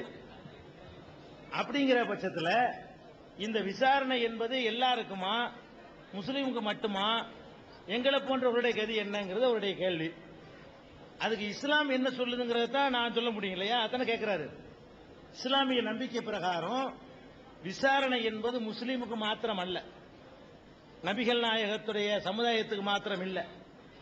ஆதாமில இருந்து உலகம் அழியிற காலம் வரைக்கும் யாரெல்லாம் இந்த உலகத்தில் பிறந்து மடிஞ்சிருக்கிறாங்களோ அவ்வளவு பேருக்கும் தான் விசாரணை. சகோதரரும் அங்கதான் நிற்பார், நான் அங்கதான் நிற்பேன். இஸ்லாமிய நம்பிக்கை பிரகாரம் நம்ம எல்லாரும் அந்த மன்றத்தில் நின்று ஆகணும். நிற்கும் பொழுது யாரு அந்த கடவுளை சரியான முறையில் புரிஞ்சு கொண்டு அந்த கடவுள் சொன்ன எந்த கடவுளுக்கு முன்னாடி போய் நிக்கிறோமோ அந்த கடவுள் விரும்பின மாதிரி யார் நடக்கிறாங்களோ அவங்களுக்கு தான் பரிசு கொடுப்பார். அவர் ஒரு கடவுள் சொன்ன காரியத்தை யாரெல்லாம் செய்யலையோ அவங்களுக்கு கொடுக்க மாட்டார். இப்ப நம்ம சொல்றதுதான் நடக்கும் இருக்குமே, ஆனால் அந்த கடவுள்கிட்ட தான் எல்லாரும் நின்றாகணும். ஒவ்வொரு மதத்துக்கும் ஒவ்வொரு விதமான நம்பிக்கை வச்சிருப்பாங்க. இஸ்லாமிய நம்பிக்கை பிரகாரம் எல்லாரும் அங்கதான் நின்றாகணும். அந்த கடவுள் என்ன செய்வார்னு கேட்டா, கடவுளை இல்லைன்னு மறுத்தவர்களுக்கு அவர் தண்டனை தான் கொடுப்பார். நீ என்னை ஏற்றுக்கொள்ளவில்லை, என்னை நீ மதிக்கல, நான் இருப்பது நீ நம்பாதனால உனக்கு நரகம். ஜட்ஜ்மெண்ட் அதான்.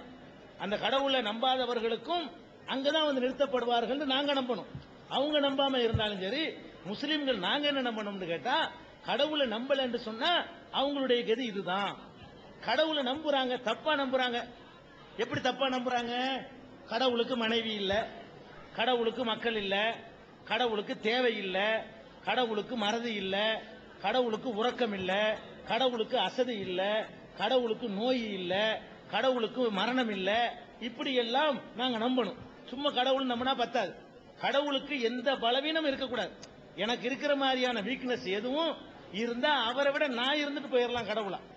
அப்படி நம்பணும். அப்படி நம்பாம ஒரு பக்கம் கடவுள்னு சொல்லிவிட்டு அதே நேரத்தில் நம்ம கிறுக்கு பையன்னு சொன்னீங்கன்னு வைங்களேன், அது நம்புறது ஆகாது. ஒருவரை மதிப்பதாக இருந்தால் அதுக்கு தகுதியான முறையில மதிக்கணும். நம்ம ஒரு மனிதனே மதிக்கிறோம். இவர் எவ்வளவு பெரிய தலைவர் தெரியுமா, நல்ல தலைவர், ஆனா லூசு, இப்படி மதிக்கிறதா? சிறப்பான தலைவர்னு சொல்லிவிட்டு ஆனா அரலூசுன்னு சேர்த்துக்கிட்டீங்கன்னு வைங்க, இதுக்கு அடி கிடைக்குமா, மதிச்சேன்னு வருமா? அப்படித்தான் நீ கடவுளை பெரும்பாலான நம்புறோம். கடவுள்னு ஒரு பக்கம் சொல்லிக்கிறோம், மறந்துடுவார்னு சொல்லிக்கிறோம். கடவுள்னு சொல்லி சர்வசக்தன்னு சொல்லிக்கிறோம், அதே நேரத்தில் அவர் தூங்குறாருன்னு சொல்லிக்கிறோம். கடவுள்னு சொல்லிக்கிறோம், அவருக்கு தூக்கம் வருதுன்னு சொல்லிக்கிறோம். கடவுள்னு சொல்லிக்கிறோம், அவருக்கு உணவு தேவைன்னு சொல்லிக்கிறோம். கடவுள்னு சொல்லிக்கிறோம், அவருக்கு நோயா போயிட்டாருன்னு சொல்லிக்கிறோம். கடவுள்னு சொல்லிக்கிறோம், அவருக்கு ஒரு பொண்டாட்டி தேவைன்னு சொல்லிக்கிறோம். அப்ப இது அந்த கடவுளுக்கு கோவப்படுத்தும். இப்ப என்கிட்ட இல்லாத ஒன்றை எனக்கு நீங்க சொன்னீங்கன்னு சொன்னா எனக்கு கோவம் வருமா இல்லையா?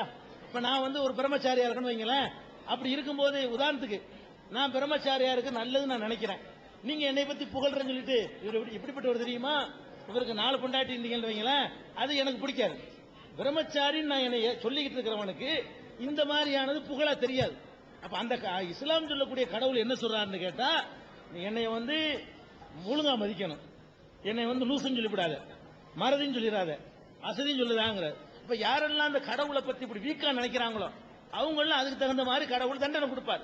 ஏன்டா என்னைய போய் மறந்தவன் சொன்னீங்களே, என்னை போய் தூங்குறேன்னு சொல்றீங்களே, என்னை போய் சக்தி இல்லாதவன் ஆக்கிவிட்டீங்களே, என்னை போய் ஒரு கேலி பொருள் ஆக்கிட்டீங்களே அப்படின்னு சொல்லி அவர்களும் தண்டனை தான் அடைவார்கள். அந்த கடவுள், அந்த இறைவன் முஸ்லிம்கள் நம்புற மாதிரி ஒரு விசாரணை வறுமையானால் அதுல அந்த நம்பிக்கை இல்லாதவர்களுக்கு கடவுள் தண்டனை தான் கொடுப்பார்.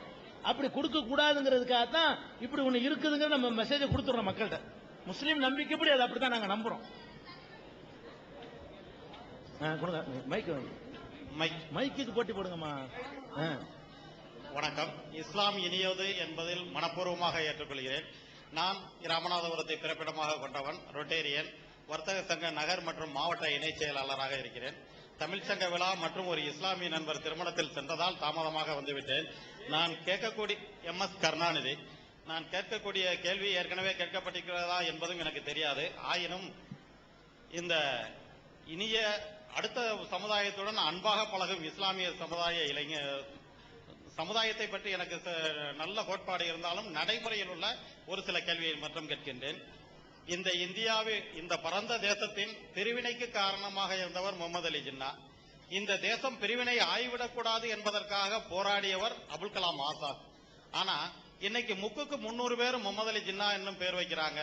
அபூர்வமா ஒருத்தர் கூட அபுல் கலாம் ஆசாத்தை நினைக்க மாட்டேங்கிறாங்களே. இந்த நடைமுறையை குறைப்பதற்கு நீங்க ஏதாவது பிரயாசப்படுவீங்களா? அதாவது பிரிவினைக்கு ஒரு கேள்வி, ஒரு ஆளுக்கு ஒரு கேள்வி போது அறிவிச்சிட்டோம். இல்ல ஃபாலோ பண்ணிட்டு வர்றோம், இல்ல இவ்வளவு நேரமா அதை ஃபாலோ பண்ணிட்டு வர்றோம். எல்லாம் ஒரு கேள்வி. அதாவது பிரிவினைக்கு காரணமாக இருந்த ஜின்னாவுடைய பேரை வைக்கிறாங்க அப்படின்றாங்க. அந்த பேரை பத்தி ஒரு விளக்கம் முஸ்லீம்களுக்கு சொல்ல வேண்டி இருக்கு. அதுக்கு முந்தி ஒண்ணு சொல்றேன். பிரிவினைக்கு காரணம் ஜின்னா மட்டும் இல்ல, காந்தியும் காரணம். நான் ஏற்கனவே சொன்னேன்ல, அவரும் பிரிச்சு கொடுக்க சொன்னார். ராஜகோபாலாச்சாரி தான் கட்டாயம் பிரிச்சு கொடுக்கணும்னு சொன்னவர்.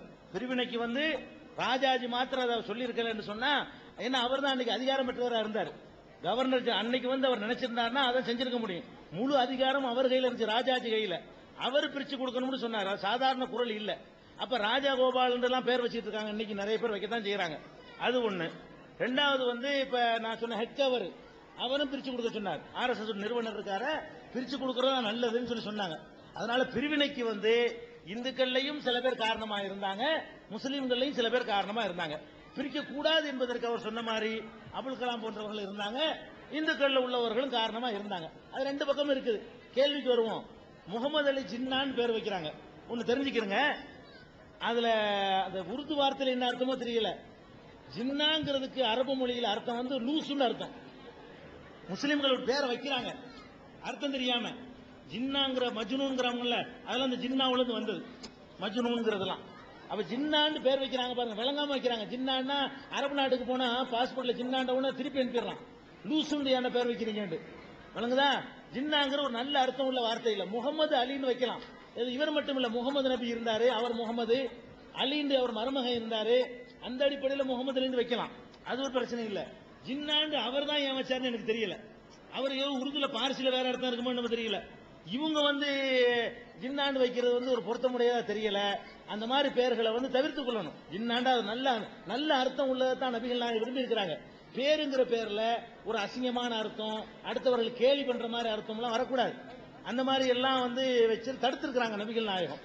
ஒருத்தர் வந்து அவங்க பேர் என்னண்டாங்க, அவர் வந்து முர்ரு கசப்புண்டாரு, தூண்டாங்க. என்ன பேரா இது, கசப்பு புளிப்புன்னு பேரு, நல்ல பேரா வை அப்படி நபிகள் நாயகம் திட்டி இருக்கிறாங்க. அதனால பேருங்கிறது ஒரு நல்லதா இருக்குன்னு கேட்கறது சிரிக்கிற மாதிரி எல்லாம் வைக்க கூடாது. அந்த வகைக்கு நம்ம இது பண்ணுவோம். வேற இந்த அவர் கொடுங்க, ரொம்ப நேரம் கேட்டிருக்காரு.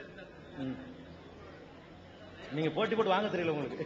சரி, சுகுமாரன் தொண்டி, நிலநலத்துறையில் பணிபுரிகிறேன். வரையறுக்கப்பட்ட பிரிவை சேர்ந்தவன். எங்க உதவி இயக்குனர் வந்து மாவட்ட அலுவலர்.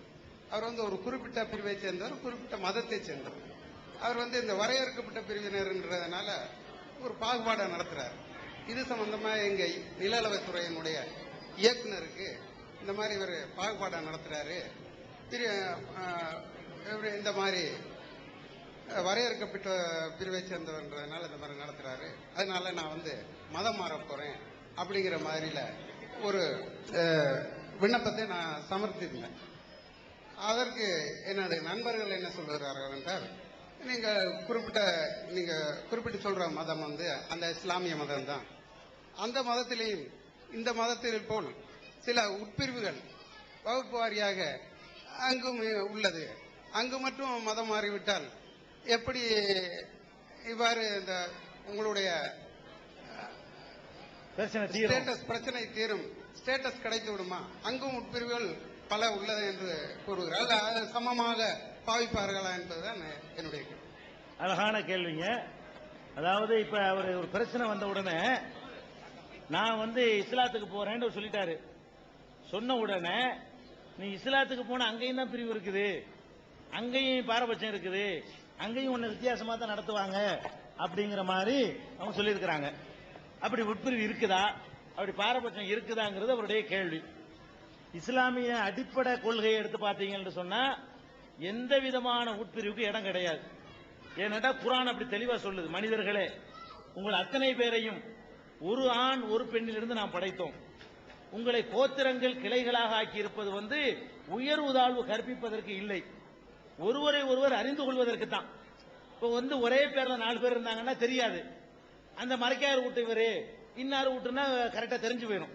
அது அந்த இன்சியலுக்காக தான் அந்த குளங்கள் இருக்கலாமே தவிர உயர்வு கற்பிக்க கூடாதுன்னு சொல்லி தெளிவா குர்ஆன் சொல்லிருச்சு. நபிகள் நாயகமுடைய காலத்துல அவங்க எந்த சமுதாயத்துல பிறந்தாங்களோ அந்த சமுதாயத்துல 2 பெருமை அடிச்சுக்கிட்டு இருந்தாங்க. ஒன்னு அவங்க பேசுற மொழியினால் பெருமை. இந்த அரபு மொழிக்காரருக்கான அவனை மாதிரி மொழிவெறி பிடிச்சவன உலகத்தில் நீங்க பார்க்க முடியாது. எந்த அளவுக்குன்னு சொன்னா இப்ப நம்ம தமிழன்னு சொல்லுவோம், நம்மள வேற மொழி பேசுறேன்னு என்ன சொல்லுவோம், தமிழ் அல்லாதவன் வேற்று மொழிக்காரன் சொல்லுவோம். அவன் என்ன சொல்லுவான் தெரியுமா, அவன் தன்னை அரபின்னு சொல்லிக்கிடுவான். வேற மொழிக்காரனுக்கு அவன் சொல்ற பேர் என்னன்னு கேட்டா அஜமீமா. அஜமீனா என்ன அர்த்தம் தெரியுமா, ஊமேன்னு அர்த்தம். மற்ற எந்த பாஷையும் பாஷையா ஒத்துக்க மாட்டாங்க, அவன் மட்டும்தான் பேசுறவனா, பாக்கி எல்லாரும் என்னவா ஊமையா.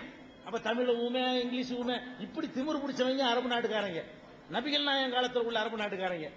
அந்த சமுதாயத்தில் அனுப்பப்பட்டுட்டு நபிகள் நாயகம் சொன்னாங்க, அரபு பேசுகிற எவனுக்கும் வேற மொழி பேசுறவனை விட முனையளவுக்கு சிறப்பு கிடையாது. அரபு மொழி பேசுகிற காரணத்தினால், அவருடைய தாய்மொழி அரபி தான் சொன்னார் அவர், அரபு மொழி பேசுற காரணத்தினால எல்லளவுக்கு அவருக்கு சிறப்பு கிடையாது. அந்த பெருமையை என் காலில் போட்டு நான் மிதிக்கிறேன், இன்றோடு மிதிக்கிறேன் ஒரு டெக்ளேர் பண்ணார். அதே மாதிரி அவர் எந்த சமுதாயத்தில் பிறந்தாரோ அந்த குலம் குறைஷி குலம். குறைஷிங்கிறது அரபு நாட்டிலேயே உயர்ந்த ஜாதி. இப்ப நம்ம இந்தியாவில் சில உயர்ந்த ஜாதிங்கிறாங்கல்ல, அந்த மாதிரி உயர் சாதி எதுன்னு கேட்டா நபிகள் நாயகத்தினுடைய சாதி உயர்ந்த சாதி. அவர் என்ன பண்றாரு தெரியுமா, தன்னுடைய மாமி மகளை, தன் குலத்தில் உள்ள மாமி மகளை ஒரு அடிமை கீழ் சாதின்னு சொல்லப்படக்கூடிய ஜெயிதுங்கிறவரை கூப்பிட்டு அவர் கல்யாணம் பண்ணி வைக்கிறார். கல்யாணம் பண்ணி வச்சு அந்த சாதி வித்தியாசத்தை என்ன செய்யறாரு, போட்டு காலில் போட்டு மிதிக்கிறார். மிதிச்சிட்டு தன்னுடைய பிஏவாக பிலால்ங்கிறவரை வச்சுக்கிறார். மதுங்கிறாங்கள பிஏ அவருக்கு, அவருடைய அந்தரங்க செயலாளராக வந்து பிலால் என்பவர் வந்து நீக்க தாழ்த்தப்பட்டவர், கிட்ட நெருங்கக்கூடாதவர், அந்த அளவுக்கு ஒதுக்கி வச்சவரை தான் எனக்கு பிஏ, அவர் பர்மிஷன் இல்லாம என்னை யாரும் பார்க்க முடியாதுங்கிற அளவுக்கு அவருக்கு ஒரு மரியாதை கொடுத்தார். அந்த மாதிரி ஒரு அந்தஸ்து அவர் கொடுத்து அதையும் தூக்கி போட்டு மிதிச்சிட்டார். இஸ்லாத்துல எந்த விதமான பிரிவுகளும் இருக்கக்கூடாது. இது இஸ்லாமிய கொள்கை. நடைமுறையில என்னன்னு கேட்டா சில பிரிவுகள் இருக்குது. இஸ்லாத்துல கொள்கையில இல்லை, இருக்கக்கூடாது. நடைமுறையில் இருக்குதான்னு கேட்டா இருக்குது. அந்த பிரிவுகள் எல்லாம் சாதியாக இல்லை. அந்த பிரிவு இருக்கக்கூடாதுதான். ஆனா அந்த சாதி முறை இருக்கு பாருங்க, அந்த முறையில் அந்த பிரிவு இல்லை. உதாரணமா மறைக்காய் இருப்பாங்க, ராவுத்தர் இருப்பாங்க. மறைக்காயர் ராவுத்தரை தொடக்கூடாதுன்னு சொல்லியோ, ராவுத்தர் மறைக்காயரை தொடக்கூடாதுன்னு சொல்லியோ அப்படியான வேறுபாடு கிடையாது. மறைக்காயர் பொண்ணு ராவுத்தர் வீட்டுக்கு போகும், ராவுத்தர் வீட்டு பொண்ணு மறைக்காயர் வீட்டுக்கு வரும். இதெல்லாம் ஒரு சும்மா உட்பிரிவே தவிர ராவுத்தர்னால நான் வசந்தவன், நீ மறைக்காதனால நீ மட்டும், உனக்கு நான் ஒண்ணும் தர மாட்டேன், எனக்கு நீ தரக்கூடாதுங்கிற மாதிரியான நிலைமை இருக்கான்னு கேட்டா அது இல்ல. பொருளாதார ரேஞ்சுக்காக வேண்டி அது பார்ப்பாங்க. நான் பணக்காரன் ஏழை கொடுக்க மாட்டான், அது அவன் ஸ்டேட்டஸுக்காக பார்க்கறானே தவிர பிறப்பின் அடிப்படையில் வித்தியாசப்படுத்துறது என்பது இஸ்லாத்துல உள்ளே உட்பிரிவுல இல்ல. ஆனா அந்த பிரிவு இருக்கக்கூடாது. இஸ்லாத்துல மறைக்காயரு ராவுத்தருங்கிற பிரிவெல்லாம் இஸ்லாம் அங்கீகரிக்கிற பிரிவு இல்ல. அது இவங்களா உருவாக்கிட்டாங்க. ராவுத்தர்னா என்ன? குதிரைக்கு ட்ரைனிங் கொடுக்கிறவர் ராவுத்தர். யானை பாகன் மாவுத்தன்பாங்கல்ல, அதனால குதிரை பாகனுக்கு இலக்கியத்தில் ராவுத்தன்பாங்க.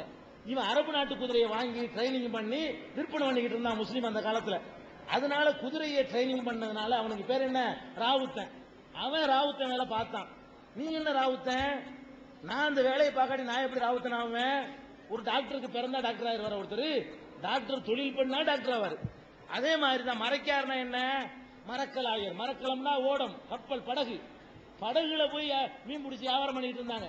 வெளிநாட்டில் சரக்கு இறக்குமதி கொண்டாந்து விற்பனை பண்ணிட்டு இருந்தாங்க படகு மூலமா, மரக்கலத்தின் மூலமா. மரக்கலம் ஓட்டிட்டு இருந்ததுனால அவங்களுக்கு பேர் மரக்கலாயர்னு சொன்னாங்க. இப்ப நீ மரக்கலம் ஓட்டல, படகுல ஏறக்கூட தெரியாது, இப்ப என்ன நீ மறைக்காரு? இதையும் நம்ம மாத்தணும். முஸ்லீம்கள் இந்த மாதிரி தங்களை அடையாளப்படுத்திக் கொள்வதனாலதான் இந்த கேள்வி வருது. ஆனா இப்படி அடையாளப்படுத்திக் கொண்டாலும் ஏற்றுதாழ்வு இல்ல. ஆனா இதுவும் இருக்கக்கூடாது என்பதை இஸ்லாத்தினுடைய கொள்கை.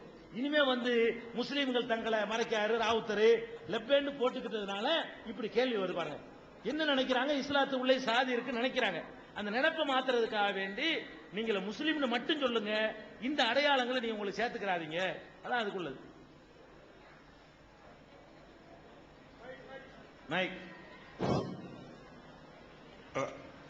ஊரு ராஜாக்கல்பாளையம், ராமநாதபுரம் மாவட்டம். என் பேர் ராஜ்குமார். உலகத்துல ஃபர்ஸ்ட்ல ஒரு ஆணு ஒரு பெண்ணு படைக்கப்பட்டிருந்தா சொன்னீங்க. அப்படி படைக்கப்பட்டு இருக்கும் போது எந்த மொழியில படைக்கப்பட்டாங்க?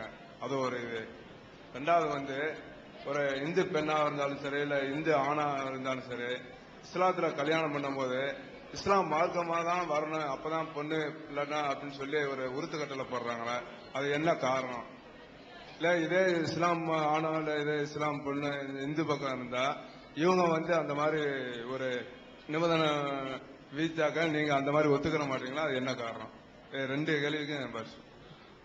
அதாவது திருமணம் செய்யும் பொழுது ஒருத்தர் ஒரு முஸ்லீம் குடும்பத்தில் கல்யாணம் பண்ண போனார்னு சொன்னா முஸ்லீமை மாறினா தான் பண்ணி தருவேங்கிறாங்க. ஒரு இந்துவும் முஸ்லீம் கல்யாணம் பண்ணிக்கிட்டா என்ன அப்படிங்கிறது அவருடைய ஒரு கேள்வி. இப்ப கல்யாணங்கிறது அது ஆயிரங்காலத்து பயிரும்பாங்க.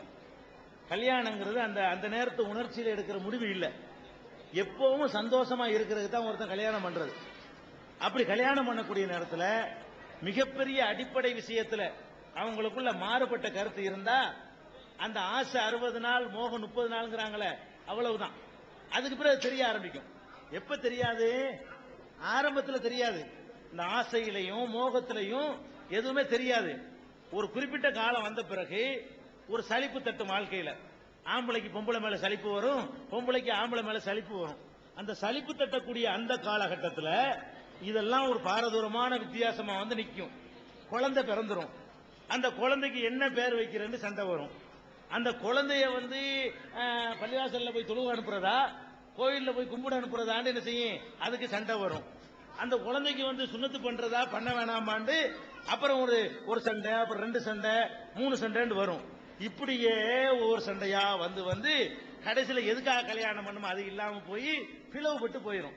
ஒரு கொள்கை ஒரு கோட்பாடு இல்லாதவர்கள் கல்யாணம் பண்ணும் போதெல்லாம் இந்த மாதிரியான பிரச்சனைகள் வந்துடும். அதுல என்னத்தை வணங்குறது, கும்பிடுறது, இவர் எதை கடவுள் நினைக்கிறாரு, அவங்க கடவுள் இல்லைம்பாங்க. இது மாதிரியான ஒரு பிரச்சனை வரும் பொழுது ஆரம்பத்தில் தெரியாது, நாளடைவுல தெரியும். இப்ப கல்யாணம் பண்ணும்போது எல்லா விதமான பொருத்தம் பார்க்கறாங்கல்ல, அதெல்லாம் விட கொள்கை பொருத்தம் பார்க்கணும். எல்லாத்தையும் விட முக்கியமா பார்க்க வேண்டியது என்னன்னு கேட்டா, அந்த கொள்கை ஒரே மாதிரியா திங்க் பண்ணக்கூடிய தன்மை இருந்தா தான் அந்த வாழ்க்கை வந்து நிலைச்சு நிற்கும். அந்த அடிப்படையில் தான் இஸ்லாம் என்ன சொல்லுதுன்னா, மாறுபட்ட கொள்கை உடையவர்கள் மணந்து கொள்ளக்கூடாது. தெளிவா இஸ்லாம் சொல்லுது. மாறுபட்ட கொள்கை இருந்துச்சுன்னு சொன்னா அது சீக்கிரம் பிரிஞ்சிடும். கல்யாணம் பண்றது சந்தோஷமா இருக்கிறது, அந்த சந்தோஷமா இருக்க முடியாது. சொத்துரிமையில இருந்து பல விஷயங்கள் வரும். விவாகரத்து செய்யறதுல இருந்து, பிடிக்கல விவாகரத்து பண்றது, கோர்ட்டுக்கு போறதா நீங்களா பண்றதா? இஸ்லாத்துல நீங்களா பண்ணிக்கலாம். நீங்க மத்தவங்கள கோர்ட்டுக்கு போகணும். எந்த சட்டம் உங்களுக்கு அமுலாகும்? செத்து போன பிறகு என்ன பண்றது? இந்த குழந்தை செத்து போச்சு, எரிக்கிறதா புதைக்கிறதா? அதுல சண்டை வரும். 1-2ல வராது. நிறைய வித்தியாசங்கள் இருக்கிறதுனால பலவிதமான பிரச்சனைகள் வந்து எதுக்கு கல்யாணம் பண்றோம் அது இல்லாம போயிடும். தூர நோக்கோட சிந்திக்கணும். அந்த நேரத்தை உணர்ச்சிக்கு மட்டும் இடம் கொடுத்து இப்போதைக்கு கதை முடிஞ்சா சரின்னு போனோம், லைஃப் வீணா போயிடும். அதுக்காகத்தான் ஏதாவது ஒரு கொள்கை, 2 பேரும் ஒரு கொள்கையில இருந்துடணும், பிரச்சனையே வராது. விரும்பினா அவங்க கொள்கை பிடிப்பில்லாட்டி மாறுவாங்க.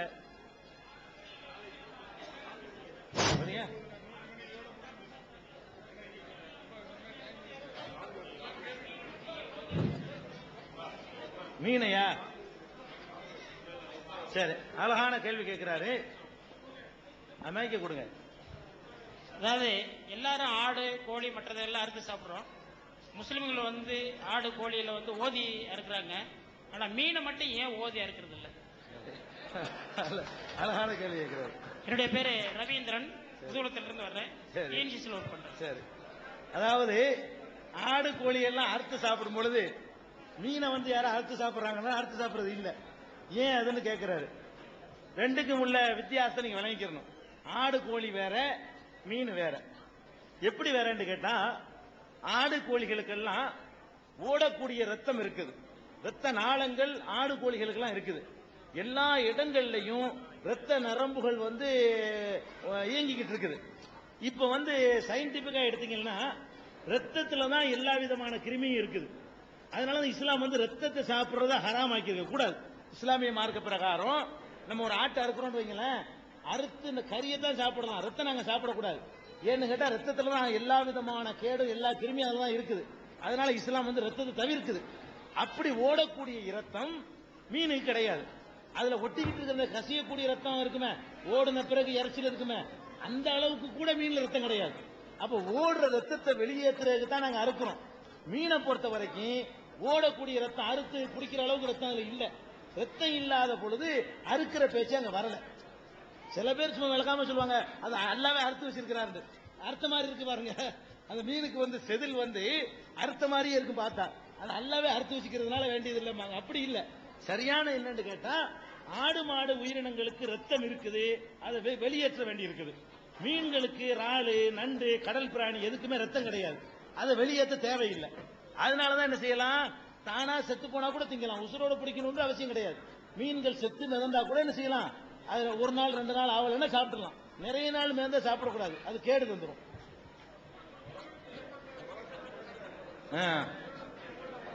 மைக் ஏதாவது மைக்கில் இருக்கலாம். அப்படியா, கேட்ட வேண்டியான. சரி, முதுகுளத்தூர் தொப்பிக்கா. சரி, முதுகுளத்தூர் ஏ முருகானந்தம்.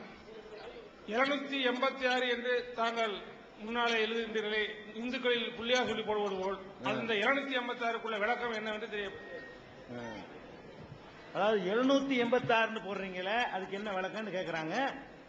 அது இஸ்லாமிய சமுதாயத்தில் உள்ளவங்க அறியாமையினால போடக்கூடிய அது 786. 786 எதுக்கு போடுறாங்கன்னா, அந்த நியூமராலஜி இருக்கு பாருங்க, அந்த அடிப்படையில் ஒவ்வொரு எழுத்துக்கு ஒரு நம்பர் கொடுத்திருப்பான். நீங்க பாத்தீங்கன்னா இங்கிலீஷ்லாம் அப்படி இருக்குது, ஏக்கு எது பிக்கு எத்தனை நம்பர் போட்டிருப்பான். அந்த நம்பர் படி சரியா வரலங்கிறதுக்காக வேண்டி ஒருத்தன் 2 பேர்ல 2 ஏலாம் சேர்த்துக்குவான், நம்பர் சரியா வர்றதுக்காக வேண்டி.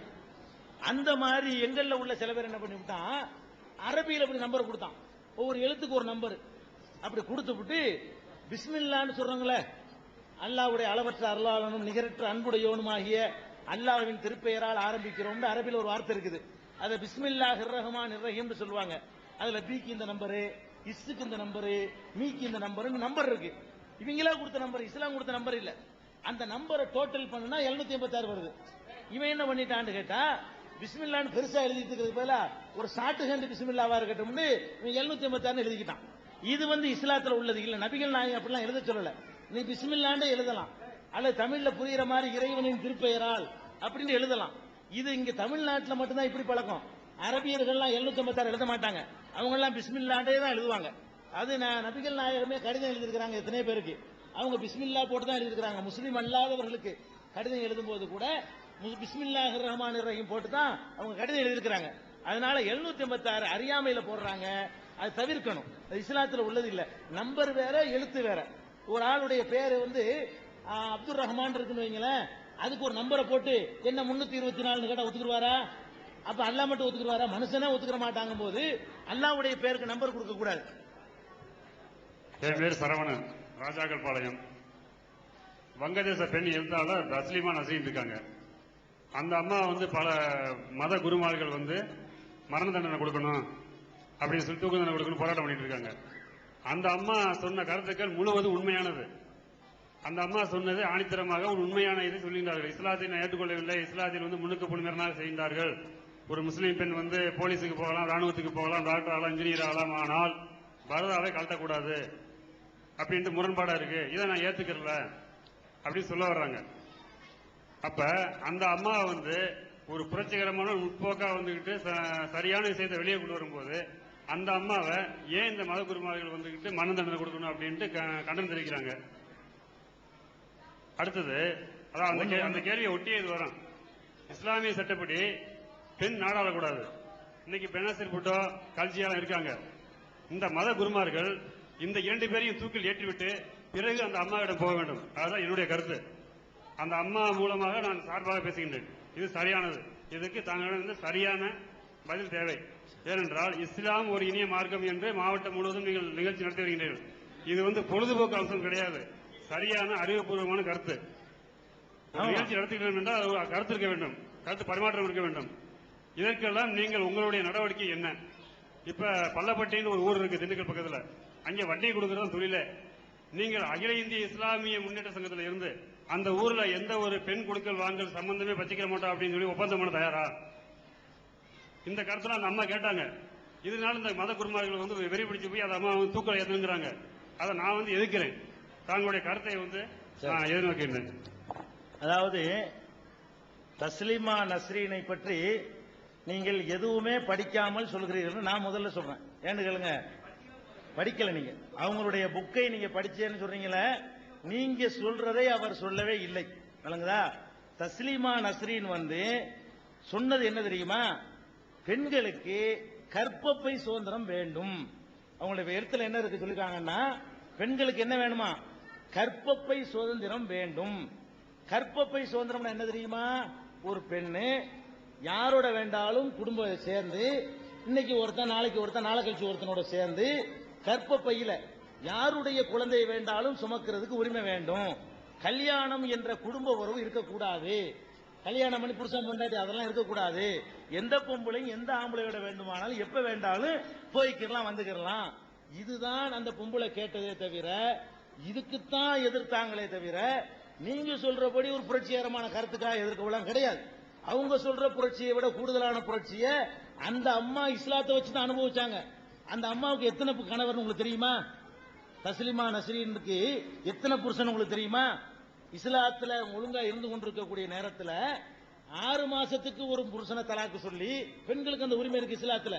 அந்த உரிமையை பயன்படுத்தி, வேற சமுதாயத்தில் இருந்தா அதுவும் கிடைச்சிருக்காது, இஸ்லாம் கொடுத்த அந்த உரிமையை பயன்படுத்தி அந்த பொம்பளைக்கு 7 புருஷன், 7வது புருஷனோட வாழ்ந்துகிட்டு இருக்கும் போதுதான் அதுவும் பத்தாதுன்னு இன்னும் வேணும்னு கேட்குது பொம்பளை. நல்லா விளங்கிக்கணும். 6 புருஷனை டைவர்ஸ் பண்ணிவிட்டு 7வது புருஷனோட வாழ்ந்து கொண்டிருக்கும் பொழுது அந்த பொம்பளை சொல்லுது, கற்பப்பை சுதந்திரம் வேணும், இது சரியில்லை, இது என்ன 7 தானாக்கு, ஒரு நாளைக்கு ஒண்ணு வேணாமா அப்படின்னு சொல்லி ஒரு பெண்ணு கேட்கிறா. இப்படி ஒரு பெண்ணு எந்த சமுதாயத்திற்குள்ள எந்த கிராமத்தில் இருந்துகிட்டு கேட்டாலும் கூட அந்த கிராமத்தில் உள்ளவர்கள் என்ன செய்வாங்க? இப்படி ஒரு ஆணு கேட்டாதான் என்ன செய்வாங்க? அவன் நடந்தா அது வேற விஷயம். அதை ஒரு தத்துவமா பிரச்சாரம் பண்ணுனா 1000 பேர்த்த போற பொம்பளை இருக்கலாம், 1000 பேர்த்த போற ஆம்பளை இருக்கலாம், அது வேற விஷயம். மேடை போட்டுக்கிட்டு ஆம்பளைகளே நீங்க ஏன் இப்படி கொண்டாடிட்டு வாழ்ந்துட்டு இருக்கீங்க, ஒரு நாளைக்கு ஒருத்திட்டு போங்க, நீங்க இப்படி இப்படி பிரச்சாரம் பண்ணி அதை ஒரு சொற்பொழிவு ஆக்குறான்னு வைங்க, அவனுக்கு என்ன கிடைக்கும்? அந்த சமுதாயத்துல என்ன கிடைக்கும்? என்ன வேணாலும் கிடைக்கும். இந்த பொம்புல அந்த லஜ்ஜையில என்ன எழுதுறாண்டா இதுதான் எழுதுறான். லஜ்ஜாங்கிற அந்த புஸ்தகத்துல வந்து கற்பப்பை சுதந்திரம் வேணுங்கிறதா அந்த பொம்பளை டெக்ஸ்டோட நாங்க போட்டுருக்கோம். அந்த வாசகத்தை எடுத்து போட்டு அந்த இது கேட்டீங்கன்னா உங்களுக்கு டெஸ்ட் மூலத்தோட அனுப்பி வைப்பேன். உங்க அட்ரஸ் கொடுத்துட்டீங்கன்னா உங்க அட்ரஸுக்கு அந்த பெண்ணு என்ன எழுதுனாங்கிறத ஜெராக்ஸோட பக்கத்தோட அதனுடைய மொழிபெயர்ப்போட ஆங்கிலத்தையும் போட்டு மொழிபெயர்ப்பை நாங்க உங்களுக்கு அனுப்பி வைக்கிறோம். அந்த சகோதரர் அட்ரஸ் வாங்கிக்கிறங்க. அப்ப எதுக்கு சொல்றேன்னு கேட்டா அந்த டெக்ஸ்ட் நான் கொண்டு வரல, அதுக்காகத்தான். அப்ப இந்த மாதிரி சொன்னதுனாலதான் அங்க வங்கதேசத்துல என்னவாச்சு, குடும்பம் இதெல்லாம் விரும்பக்கூடிய சமூக அமைப்பு விரும்புறாங்க பாருங்க. அதான் இந்த நாட்டை காப்பாத்திக்கிட்டு இருக்கு உலகத்தையே. மேலை நாடுகள் அதெல்லாம் வேணாண்டு போயிட்டு இப்ப திருந்தி எய்ட்ஸ் எல்லாம் வாங்கின பிறகு இனிமே இந்த குடும்ப அமைப்பு தான் சரி அப்படின்னு விளங்கி இன்னைக்கு வர்றான். வந்து என்ன பண்றான், அமெரிக்காக்காரன் விளம்பரம் கொடுக்குறான் ஹிந்து பத்திரிகையில அமெரிக்காவில இருந்து, எங்களுக்கு இந்திய பெண் வேணும்னு. அங்க உள்ள கும்பல அவனுக்கு நம்ப முடியல, ஏன்னா எல்லாம் தஸ்லீமான சீனா போச்சு. அதுக்கு அவன் என்ன பண்றான், எங்களுக்கு இந்திய பெண் வேணும்னு அமெரிக்காவில் உள்ளவன் வந்து குடும்ப அமைப்பு தேவைன்னு இன்னைக்கு விளங்குறான். அவன் தான் அவுத்து விட்டான். குடும்ப அமைப்பு இல்லைன்னு சீரழிஞ்சு போயிடும். இந்த பொம்பளைக்கு வந்து விளங்காம சொல்லுது, இந்த ஒரு பொம்பளையோட இருக்கிறதுனால பிரச்சனை இல்ல, எல்லா பொம்பளையும் இந்த கர்ப்பப்பை சுதந்திரம் கிளம்புனாங்கன்னு சொன்னா அது எங்க போய் முடியும்னு யோசிச்சு பாருங்க. இப்படி 1-2 கிளம்பியே எய்ட்ஸ் பரிசு வாங்கிட்டு இன்னைக்கு மருந்து இல்லைன்னு அலைஞ்சுக்கிட்டு இருக்கிறான். அப்ப தஸ்லீமாவுடைய விவகாரம் வந்து வேற இந்த பர்தா விஷயமோ வேற விஷயமோ கிடையாது. அது மாதிரி எத்தனையோ பெண்கள் இருக்கிறாங்க அந்த நாட்டில். பங்களாதேஷ்ல இருக்கிறாங்க. பங்களாதேஷ் கோர்ட்ல தீர்ப்பளிச்சான், விபச்சாரம் தடை செய்யப்பட்ட ஒன்று இல்லைன்னு. அந்த நீதிபதி அடிச்சாங்களா, விபச்சாரமே தடை செய்யப்பட்டதுன்னு கோர்ட்ல தீர்ப்பளிச்சாங்க பங்களாதேஷ்ல போன வாரம். அங்க ஒண்ணு யாருமே எந்த புரட்சியும் பண்ணல. இது வந்து சமூக அமைப்பு கெடுக்கிற மாதிரி கேட்ட உடனே தான் கொஞ்சம் பேரு இது பண்ணான். அதுக்காக வேண்டி பங்களாதேஷ் அரசாங்கம் தண்டனை கொடுத்துச்சா, பாதுகாப்பு கொடுத்து. அப்படி இருந்தும் கூட பங்களாதேஷ் கவர்மெண்ட் மரண தண்டனை கொடுக்கல. எவனோ ஒருத்தர் உதாரணமா வாட்டர்னு ஒரு படப்பிடிப்பு நடத்தினாங்க. அதை வந்து கவர்மெண்ட் ஒன்றும் செய்யல. ஒரு கூட்டம் போய் அதை அடிச்சு நொறுக்கினாங்கல்ல, 3 கோடி ரூபாய்க்கு ஒரு செட்டு போட்டதை வந்து அதை ஒண்ணும் இல்லாம ஆக்கினாங்கல்ல. தீபா மேத்தாங்கிற ஒரு பொம்பளை படம் எடுக்கும் பொழுது அந்த வாட்டரை வந்து எதனால செஞ்சாங்க?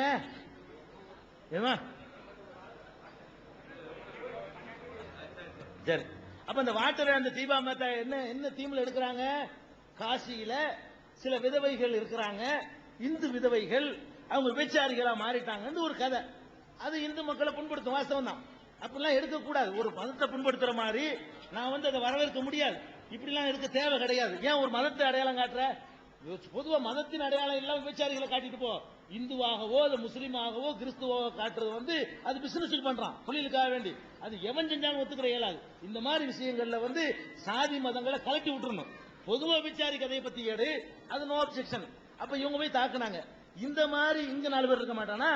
இவன் வந்து என்ன செஞ்சான், உன்னை கொள்ளு வேணாம். அப்படி கொள்ளு வேண்டு சொல்லும் பொழுது பாதுகாப்பு கொடுத்தது யாருன்னு கேட்டா அந்த நாட்டு கவர்மெண்ட், முஸ்லீம் கவர்மெண்ட். அதான் பிரச்சனை.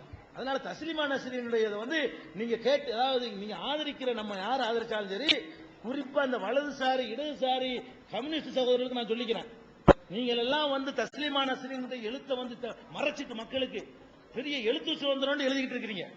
நான் சொல்றேன், இடதுசாரி இந்த சீர வேலை கம்யூனிஸ்ட்காரங்க பண்றாங்க. அந்த பொம்பளை என்ன எழுதுறான்னு அவங்க 50 பேருக்கும் தெரியும். மக்கள் மத்தியில வந்து இது ஒரு மதத்தை விமர்சிக்க உதவுதுங்கிறதுக்காக வேண்டி உண்மையை மூடி மறைச்சுக்கிட்டு தஸ்லீமாக ஆதரவு தெரிவிச்சீங்கன்னா உங்க வீட்டு பொம்பளை இருக்கும்போது அதை கொடுத்துட்டு செய்யுங்க. நான் அதை சவாலா விடுறேன்.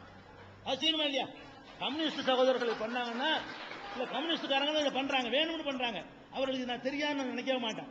நல்லா தெரியும் இந்த தஸ்லீமாவோட எழுத்தை படிச்சுட்டு இது ஒரு கேடுகட்ட ஒரு முழக்கம். இது அது என்ன கற்பப்பை சுதந்திரங்கிறது? இது ஆம்பளைக்கு கேட்க கூட பொம்பளைக்கு கேட்க கூடாது.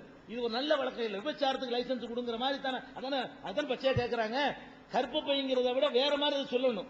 அதை ஒரு நாகரிகமா சொல்றாங்க. அந்த சுதந்திரம் தான் அவங்க கேட்கறாங்க. விஷயத்தை விளங்கிக்கணும். சரி, என் பேரு கவின் மாலன். நான் 10th ஸ்டாண்டர்ட் முடிச்சிருக்கேன். இப்ப வந்து ஒரு ஹிந்து கிறிஸ்டினா மாறணும்னா விதிமுறைகள் அதிகமா இல்ல. அதே ஒரு ஹிந்துவா கிறிஸ்டினோ முஸ்லீமா மாறணும்னா நிறைய விதிமுறைகள் இருக்கு.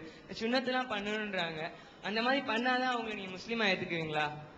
சரி, அதாவது நான் ரொம்ப நேரமா இருக்காரு. அதாவது ஒரு நல்ல கேள்வி கேட்கிறாருமா தம்பி. இஸ்லாமா மாறுவதற்கு நிறைய விதிமுறை இருக்குங்கிறாரு. அதெல்லாம் கிடையாது. ரொம்ப குறைந்த விதிமுறை உள்ள ஒரே மார்க்க இஸ்லாம் தான். என்ன விதிமுறை? ஒரே ஒரு கடவுள் என்று ஏற்றுக்கொள்ளணும். முகமது நபி எங்களுக்கு வழிகாட்டின்னு ஒப்புக்கொள்ளணும். இவ்வளவுதான். கடவுள் ஒருத்தன்னு ஒப்புக்கொள்ளணும், முகமது நபி எங்கள் வழிகாட்டின்னு ஒப்புக்கொள்ளணும். இந்த ரெண்டை ஒருத்தர் நம்பிட்டாருன்னு சொன்னா அந்த நிமிடமே முஸ்லீம் ஆயிடுறாரு. முஸ்லீம் ஆன பிறகு இந்த சுன்னத்து ஹத்னாவெல்லாம் இருக்குத, அதெல்லாம் ஒரு சின்ன ஒரு பல காரியத்தில் ஒரு காரியம், பலவிதமான காரியங்கள் ஒரு முஸ்லீம் நடைமுறைப்படுத்த வேண்டியிருக்குல்ல, அது மாதிரியான ஒரு காரியத்தில் அது ஒரு காரியம். அதை செய்தால் அது விரும்பத்தக்கது, அது அவருக்கு ஆரோக்கியத்துக்கு மருத்துவ ரீதியாக எல்லா வகையிலும் நல்லது.